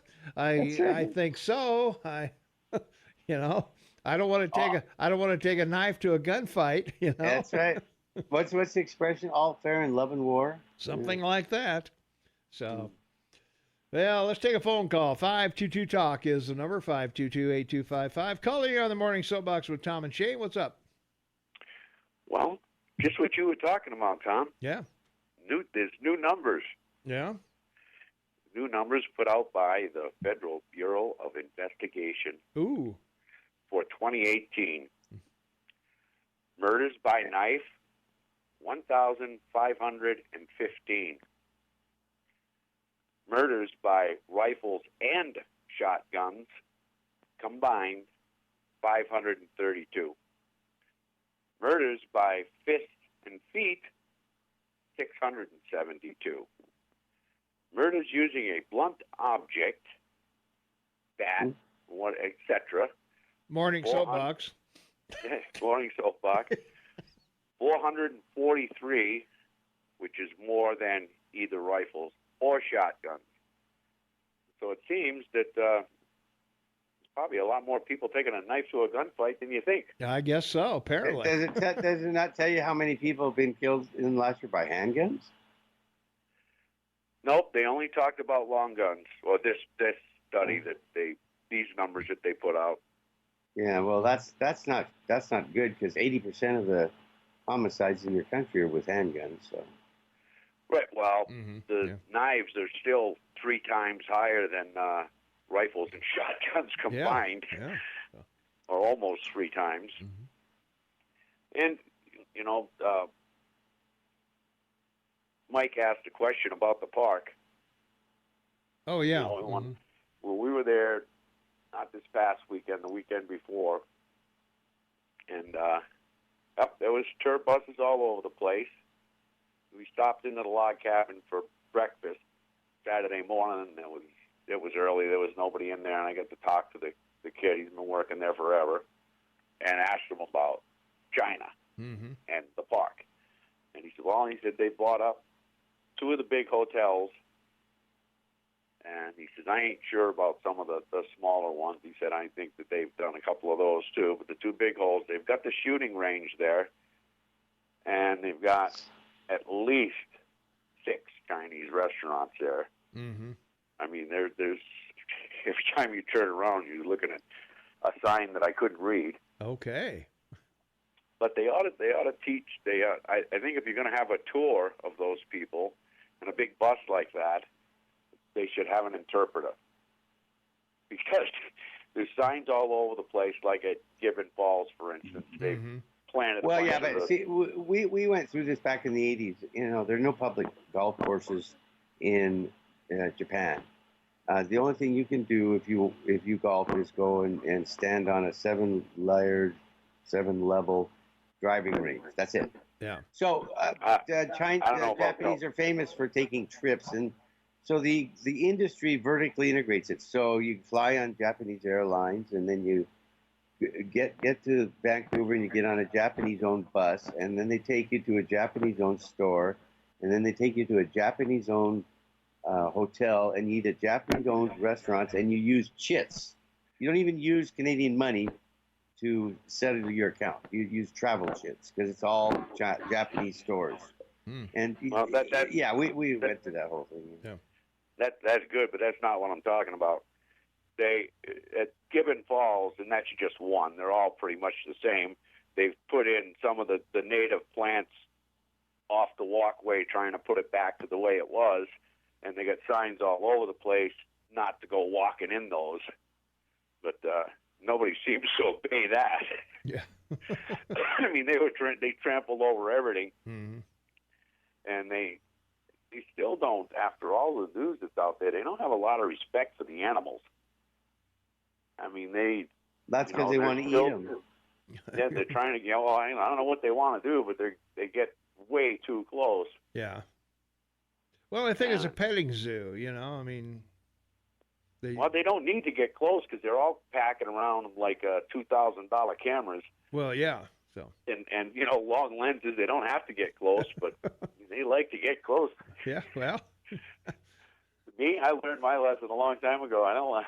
I was going to say those chopsticks on the top of the bison will. Yeah, they'll do a job on you. That will be a shish kebab. Well, even the elk, Tom, there was a good sized bull with like 6 or 7 cows. Yeah. And they're all out there taking pictures, and a couple of them they keep going closer and closer and closer, and all of a sudden that bull just swung around and bugled right in their face. And that got them to back up. I would think so. I would think so. Hey. Well, they're in the rut. Don't mess with the bull. That's right. You get the horn. Yeah, you come around me and my 6 girlfriends, you're gonna get a face full from me too. Yeah, that's right. And he wasn't a little guy either. He was a pretty good sized bull in him there, man. Them people need to back up. But they did when he spun around, and he I would think so. Yeah. Like he wasn't gonna charge or nothing, but he just whipped around. He had his back to him. Yeah. And then he just whipped around and just bugled right in their face, and he moved them back. I would think so. Yeah, it's pretty serious. So. I guess if they'd have kept coming, he would have kept coming too. So. Yeah, they will. They've had, Oh yeah. Well, every year we read about somebody putting a kid on a buffalo or bison rather. And, it's like the stock market. Yeah. It's like the market, the bulls and bears. That's right. Yeah. be careful for the bulls and bears. Yeah, if you're up in the gravelies, take it easy up there. Right. And it was a good trip because the weather was, it rained, it snowed. I mean, it did everything down there. Wow. But it's kind of better. I like it better for pictures because it's not just washed out sunshine everywhere you go. You get to see the park in a different light, which was cool. Anyway, that's all I got, boys. All right. Thanks for the call, man. You bet. See you later. We got to take a short break here, and we'll be right back with more right after this. 18 minutes after the hour, Shane Mataman's been entertaining a caller. Let's go to the phones. 522-TALK is the number. Caller, you on the air. What's going on? I was just going to tell you about this power outage in California. Oh, yeah. This is the prime reason why you need the Second Amendment. Yeah, they're going to, for the benefit of the listeners who don't know, they're afraid of fires, so they've decided they'll just cut electricity because sparks might cause a fire. So people are just without power. So. But PG&E wants to reduce its liability because last year it burned the city and now they got $1 billion lawsuit. That's right. Yeah. And now they're going to create the zombie apocalypse by letting all the rogues and scoundrels on the loose in the dark yeah. take advantage of to rob all the homes. It's gonna be crime central. Well, and the only thing probably that will be. save you, the only thing that will save you is the Second Amendment. Yeah, and a good generator. And you're not allowed to use generators because they'll cause fire. And a long fire hose. All right. Hey, thanks for the call. Guess who owns PG&E? Shane does. Guess who? Oh. Three guesses. I don't know. The Rothschild. Oh, okay. No, I don't buy that. All right, man. Want to bet? No, I'll go check it out. He'll go look it up. I'll He'll go look it check up. Okay. All right. Hey, thanks, Vinny. Calling you on the air. What's going on? Hello, this is Denise. Hi, I met Denise. you guys at the meet and greet, Yeah. and I brought you some food from the. I remember that. Yeah. Did you guys get to eat that? That was great. It was great. Yeah. Well, I'm calling because they have a wonderful stuffed pork loin right now that they're offering, and it's really awesome. I'm telling everybody about it because it's very tasty. Yeah, So you that's guys at have to the try to get Fork and down there. Spoon, right? Fork and Spoon?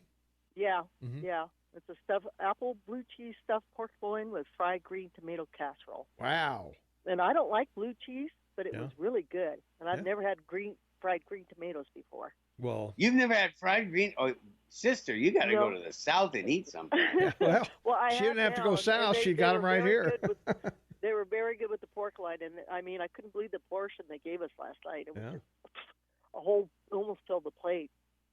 So you'll have to Yeah. go down there and check it out, Mhm. or tell everybody else to go down and support them. Yeah, it's in the old Frontier Pies location for people who Yeah. may not know, and it's what's across the street from it? Dairy Queen or The barbecue place. the barbecue? Yeah, the And three. Taco the John's. Taco John's. Yeah, it Yeah, was and right it's on, across. it's on on Beale 7th. and- Yeah, on and 7th Beale and Street. 7th. Yeah, Beale and 7th. Yeah, And this is from 5 to 7 only, though. yeah. And you pay whatever you feel is fair. Yeah, but yeah. yeah. Yeah, well, the entree itself is actually $7. Oh, is it okay? But yeah. I mean, that's not bad at all. For the No. amount that you get for it Yeah. and stuff. And then they have a salad and a soup that's $2, and the beverage is $1, and the dessert is $2. All right. That's a pretty good deal. So, Tom, you'll have to go down there. and All check it out. right. We'll do that. Hey, All thanks right. for the call and nice to hear from You're you, welcome. Denise. Appreciate care. it. All right. All righty. Yeah. Bye-bye. Yeah. Next time have the nephew call. Oh, no. It is Thursday. Yeah, I know. Yeah. Let's see. Well, Local news. You wanted to catch up on it. Well, I do. I've still got a couple of things going on here. Yep.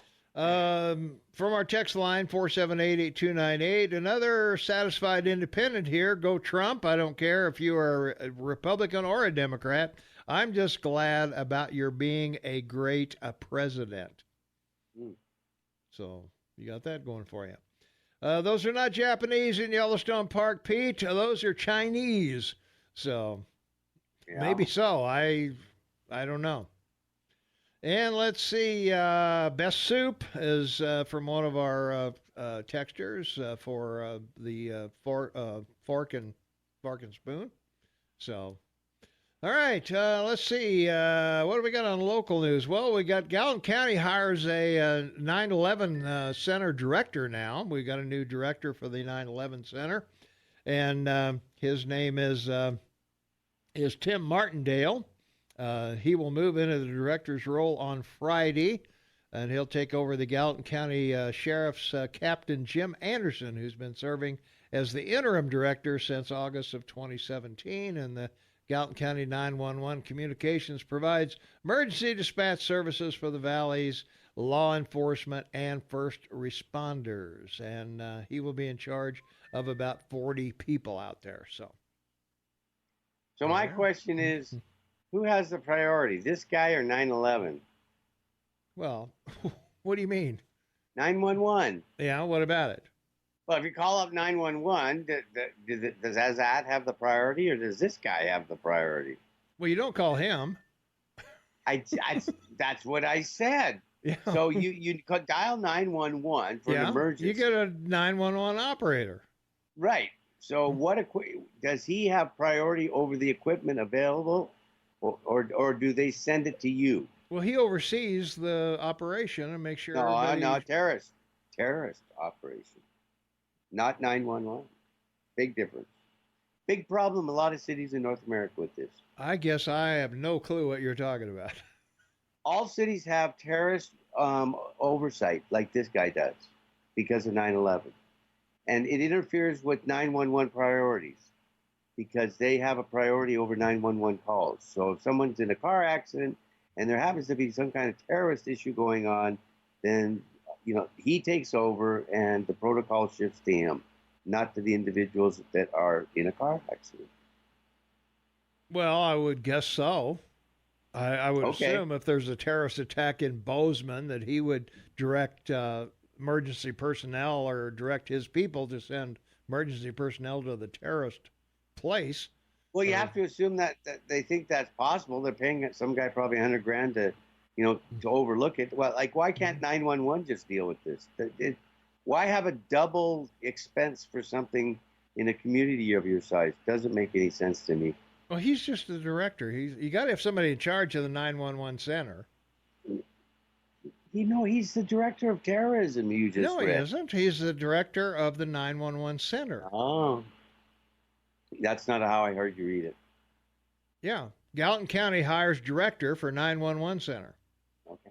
Yeah, Gallatin County hired a permanent 911 communications director who said getting the office fully staffed is one of the top priorities.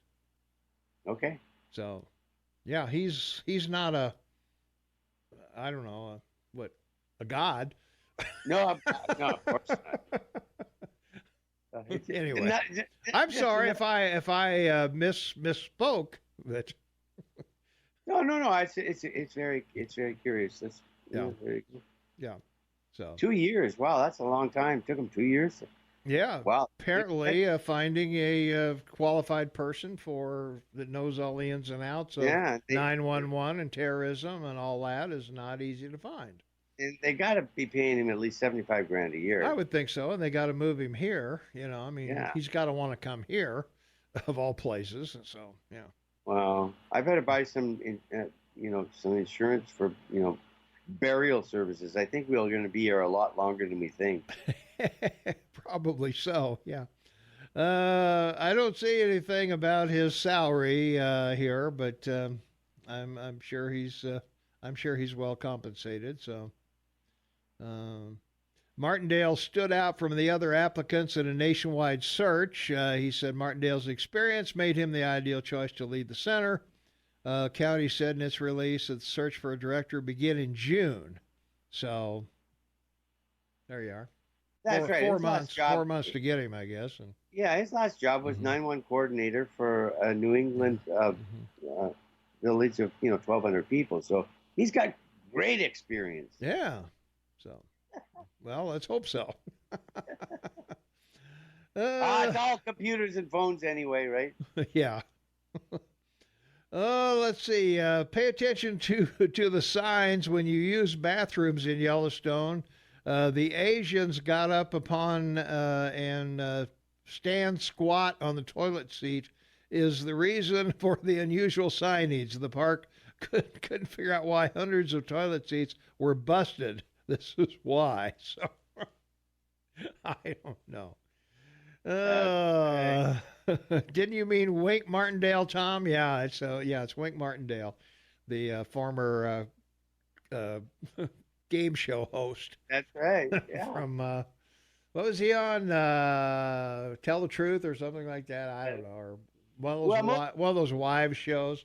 Yeah, most public bathrooms in rural China are like in the Arab countries. Mm-hmm. It's nice tile, clean, and there's a hole in the floor. Yep, you just put your feet on where you're supposed to put your feet, you squat down, and away you go. That's it. Yeah, we had that in Vietnam too. So. Exactly. Yep. Not exactly a walk in the park. No, they've never heard of the standard toilet. No. No, that's for sure. So. All right, we got to take a short break. We'll be right back after Fox News, Montana State News. Don't forget to text homecoming on your smartphone to us to get in the drawing. That's going to close at 9 o'clock. So get homecoming on your app chat line to us, and you'll be in the drawing for 2 tickets to the Bobcat game this Saturday against Sacramento State. We'll be right back. 25 minutes for the top of the hour. It's Thursday, October 10th, 2019, 22 degrees outside. Hey, don't forget to vote for us over on Montana Magazine. They're doing their readers poll again this year, 2020 readers poll. And we are in the running for favorite local celebrity, news source, local radio DJs. Shane and I are both in there. And local radio show, of course, the Morning Soapbox with Tom and Shane, and the Bozeman's Choice for the best radio station. We're in there as well. And I'm also up for the most luscious voice on local radio. So by all means, get over and vote at bozemanmagazine.com. You do need to sign up with an email. They're not going to spam you. They're not going to inundate you with crap. I worked for them for as a columnist for a number of years. They're good people. They're not gonna do anything to you. They're not gonna send you unsolicited stuff. So by all means, go over there and check it out and vote for us. It's about time that talk radio showed its power over XL Country and all these other wackos that, I don't know, they talk for 2 minutes and then they play 45 minutes of music. I mean, come on, a blind monkey could do that. Play a blind monkey can play 45 minutes of music? Of course. What you got? What a voice! Yeah, tell me they can't. I bet it doesn't have what's it called? A sweet voice, boy. That's it. Yeah, all right. Let's take a phone call. 522-TALK is the number, 522-8255. Call you on the Morning Soapbox with Tom and Shane. What's up? Hey, guys, it's Mayor. Hi, Mayor. Hey, I was just wondering on this California thing where they're cutting the power to these people. What are these businesses? What are they going to do? I mean, that's putting people out of business for obviously an extended period of time. Well, they're going to bring back whale oil. So whales are going to be endangered again because all of the businesses are going to have to go to whale oil lamps. Well, they interviewed some guy on I think it was on the TV, and he said he's probably going to learn. I think he's got a restaurant. He said, I'm probably going to lose about $30,000.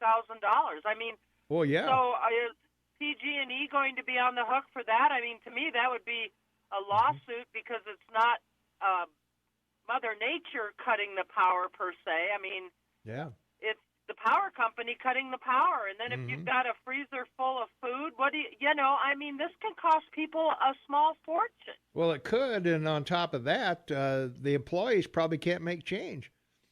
Yeah. Well, and are they going to get a paycheck if there's nowhere to go to work? That's true. I mean, this is like financially, I would say Armageddon. I think it's, I don't know.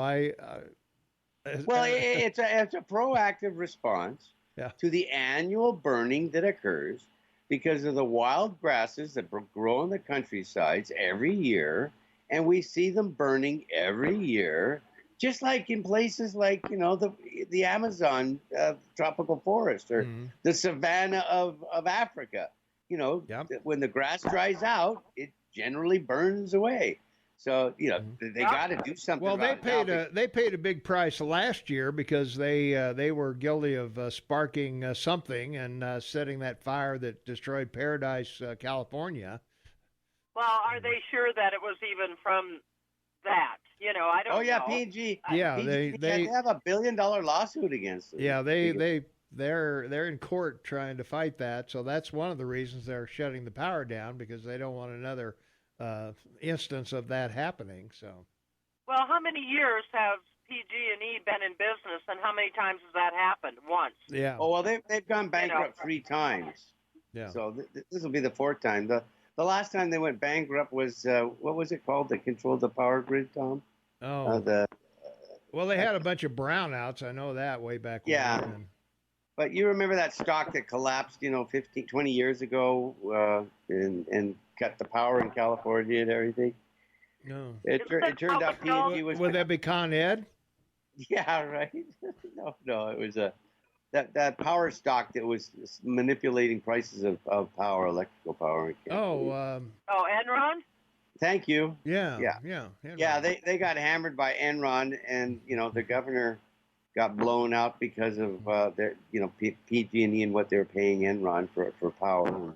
Mm-hmm. Yeah. This is an annual thing in California, but of course they can tell everybody else what to do. Yeah. Well, that's what, I mean, this is, I guess, our future. If we, I mean, this is ridiculous. I've never heard anything so stupid, and I would think the lawsuits for this could be well over $1 billion. I mean, I would think, I mean, I just don't know how they can think that it's okay to shut businesses down. Yeah. And how many of these businesses are going to be able to afford employees that aren't going to work, and if they're not making any money? I mean, this is a catastrophe. Leave it to California to come up with a bonehead solution to something that, maybe insulate the grid a little better. I mean, there's got to be a solution besides cutting, power to millions of people. But, that's what you get when you have liberals thinking. Yeah. In their announcement, PG&E even said that 2 million people in 34 counties will ultimately be affected. Yeah. 2 million people. Yeah. Yeah, that's a lot, Well, welcome to California. Yeah. That's one place I hope I never end up. That would be like going to hell, I think. I think so. I agree with you. Thanks, Mayor. All right, thanks. All right, take care. We got to take another quick break. We'll be right back. And Shane, the lines are lining up, so we'll have you take care of that, and we'll be right back. 16 minutes before the top of the hour. It's Thursday, October 10th, 2019. We've got a caller waiting on the line, Shane. So let's go to the phones. 522-TALK is the number. Caller, you on the Morning Soapbox with Tom and Shane. All right, you're not on the Morning Soapbox. Let's go here. Caller, you on the air. What's going on? Hey. Yeah. Speaking of California and all of their, unreasonable, overpowering rules, I know that they've got a law that requires that if you're building a new house, that you've got to install solar panels. I may have heard this on this very show. I don't remember for sure where I heard it, but I'll continue with the story. So what happened was this guy moved into house that was newly built, and he was reassured that, these solar panels are just fine. They work wonderfully. And over the months, he realized that, they're not doing so hot. And then he realized that they were fake, that the contractor? I'm looking for the word. Yeah, the contractor who was, less than honest and just, had to go by the book, installed fake solar panels, and so that can be one of the results. It reminds me of stuff from the Soviet Union, and Thomas Sowell is such an excellent economist and author, and anything he wrote. I didn't call in to plug Thomas Sowell. I just happened to kind of wander or stumble into that path. But the important point is that if the government is too powerful and makes up arbitrary, BS, like, you got to have solar panels on new houses, then this is the kind of stuff that can result. So that's the point of the call. Mm-hmm. All righty. Yeah. Yeah, I agree with you on Thomas Sowell. He's he thinks things rationally, I think. Common sense. Yeah. Oh, wow. Yeah, thanks a lot for the call. Yeah, appreciate it. Thanks for listening. Let's take another call. 522-TALK is the number. Caller, you are on the Morning Soapbox with Tom and Shane. What's up? Good morning, Tom. Good morning, Uncle Shane. Morning. Good. My good man. All right. It's a haul on the phone. I thought I recognized that voice. I got a buddy of mine who's a union lineman, and they transferred him over to work for PG&E in California. So he's currently in the dark zone over there, out of power. But he was saying the reason why they have to do this is for decades, they used to just bulldoze all the trees and cut a huge swath around these power lines and then sterilize the ground to kill the grass to keep, the fires away from the power lines. Well, of course, all the wackadoodle greenies didn't like that, so now they've let it all grow back in, and now they got trees and grass and stuff growing up in the power lines, so they just said, well, okay, we'll just shut the power off and wait for the fire season to pass, and we'll turn it back on. All right. Makes perfect sense. Doesn't it? There's the input. There you go. Have a nice breakfast. Will do. See you guys. All right. Yeah. Thanks for the call. All right. Well, Trump gave everybody fair warning, right? Only he was talking about windmill, right? Okay, maybe let's turn Fox on. Oh, we can't. Yeah. There's no power. No power there. So, all right. Let's see, from our text line 4788298. Well, they just put sprinklers around the power equipment so the grass is green and doesn't catch fire. Perhaps the world I live in is too simple. Or around the equipment and gravel. If the gravel burns, you got other problems. Well, and it's a great idea, but here's the problem with that. First of all, you have the infrastructure to get the water there to do it. Yeah. But then on top of it, all the water when there's fires is being used to fight fires. Yeah. From our text line, PG&E is going to shut down power for days in some major cities. So if all the Prius driving tree huggers are now going to have to use gas exclusively, and the Tesla loonies won't even be able to drive when they can't charge their buggies. So how sad, that'll be right. From our app chat line, I know who the Trump whistleblower is. It's an aide to Adam Schiff. He couldn't find any evidence with Russia collusion, so now they need evidence Trump can't disprove. You can't disprove a negative.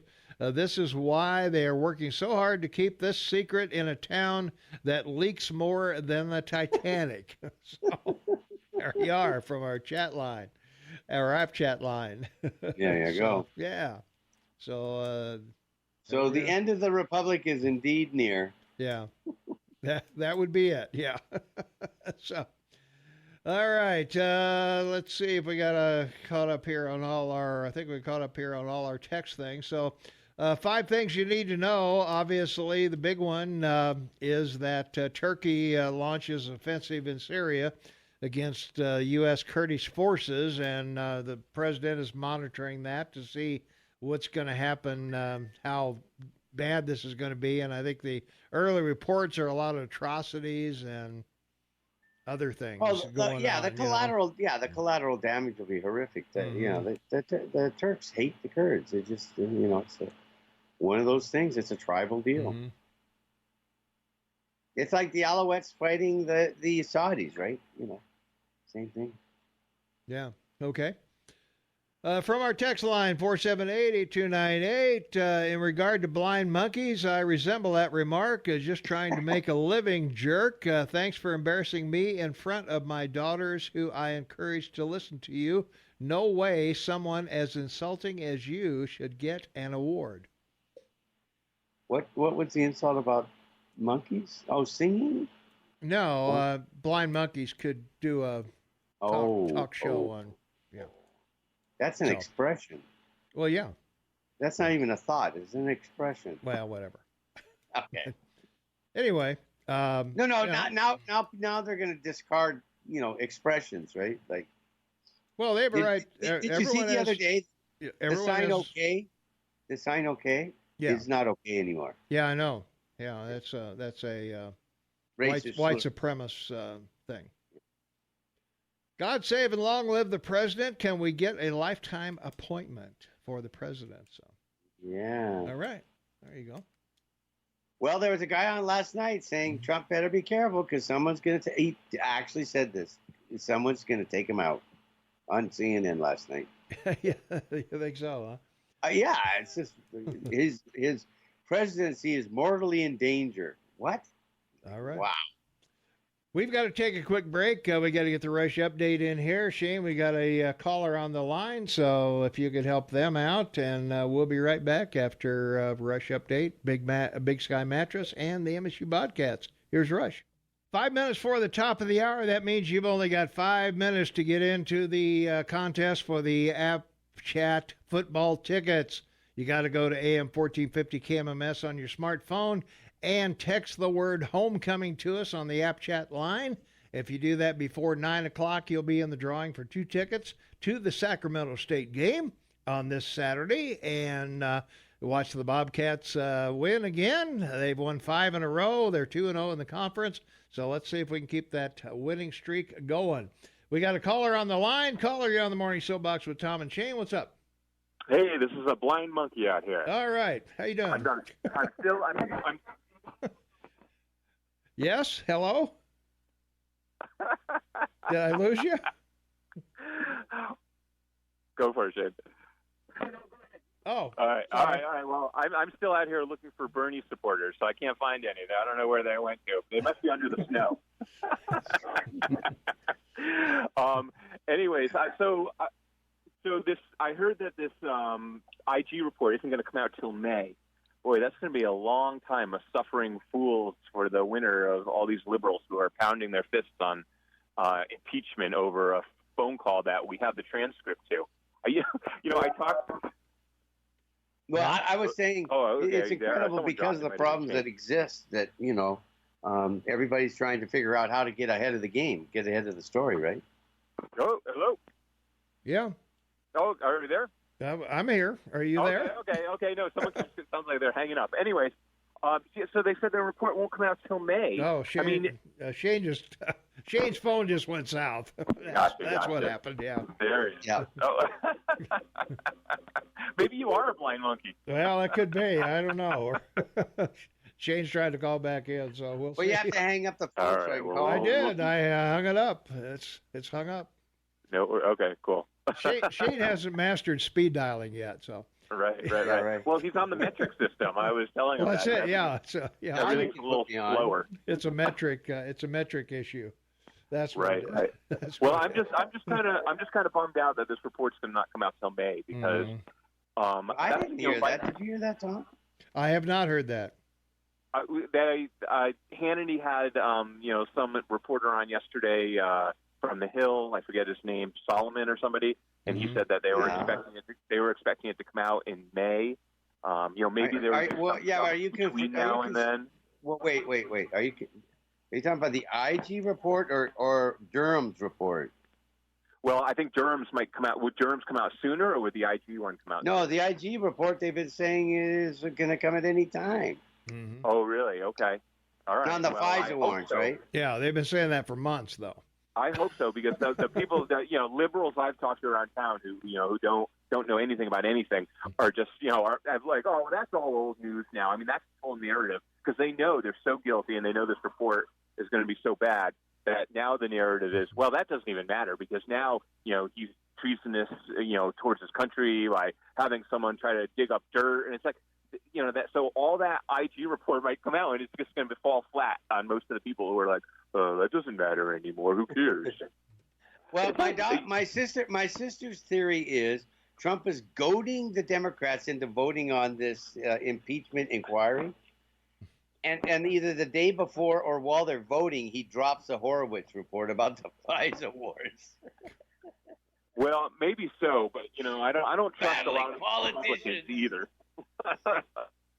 They might vote. These Republicans like Romney. I mean, Romney, man, that guy is a piece of work. But all right, well, I guess we'll have to wait and see. Well, I think so, and that's a good point to end. Kevin, thanks for the call. Hey, absolutely. We're out of time. All right. Hey, don't forget, you got about a minute to text homecoming to us at AM 1450 KMMS app, or we're going to cut the voting off at 9 sharp. So get on your smartphone, text homecoming to us at AM 1450 KMMS. Say goodbye, Shane. Bye, man. I look forward to talking with you in the morning. Everyone be happy, be safe with that umbrella especially. Amen. And God bless. All right. Thanks, Shane. We'll have a wonderful time tomorrow with the county commissioners and your calls and open lines and all of that stuff. So by all means, tune in tomorrow. And we thank everybody for being here. We had a winner. Andy won some tickets on our phone line, but you can win on the app chat. You got 16 seconds to do it. We'll be back tomorrow, 6 a.m.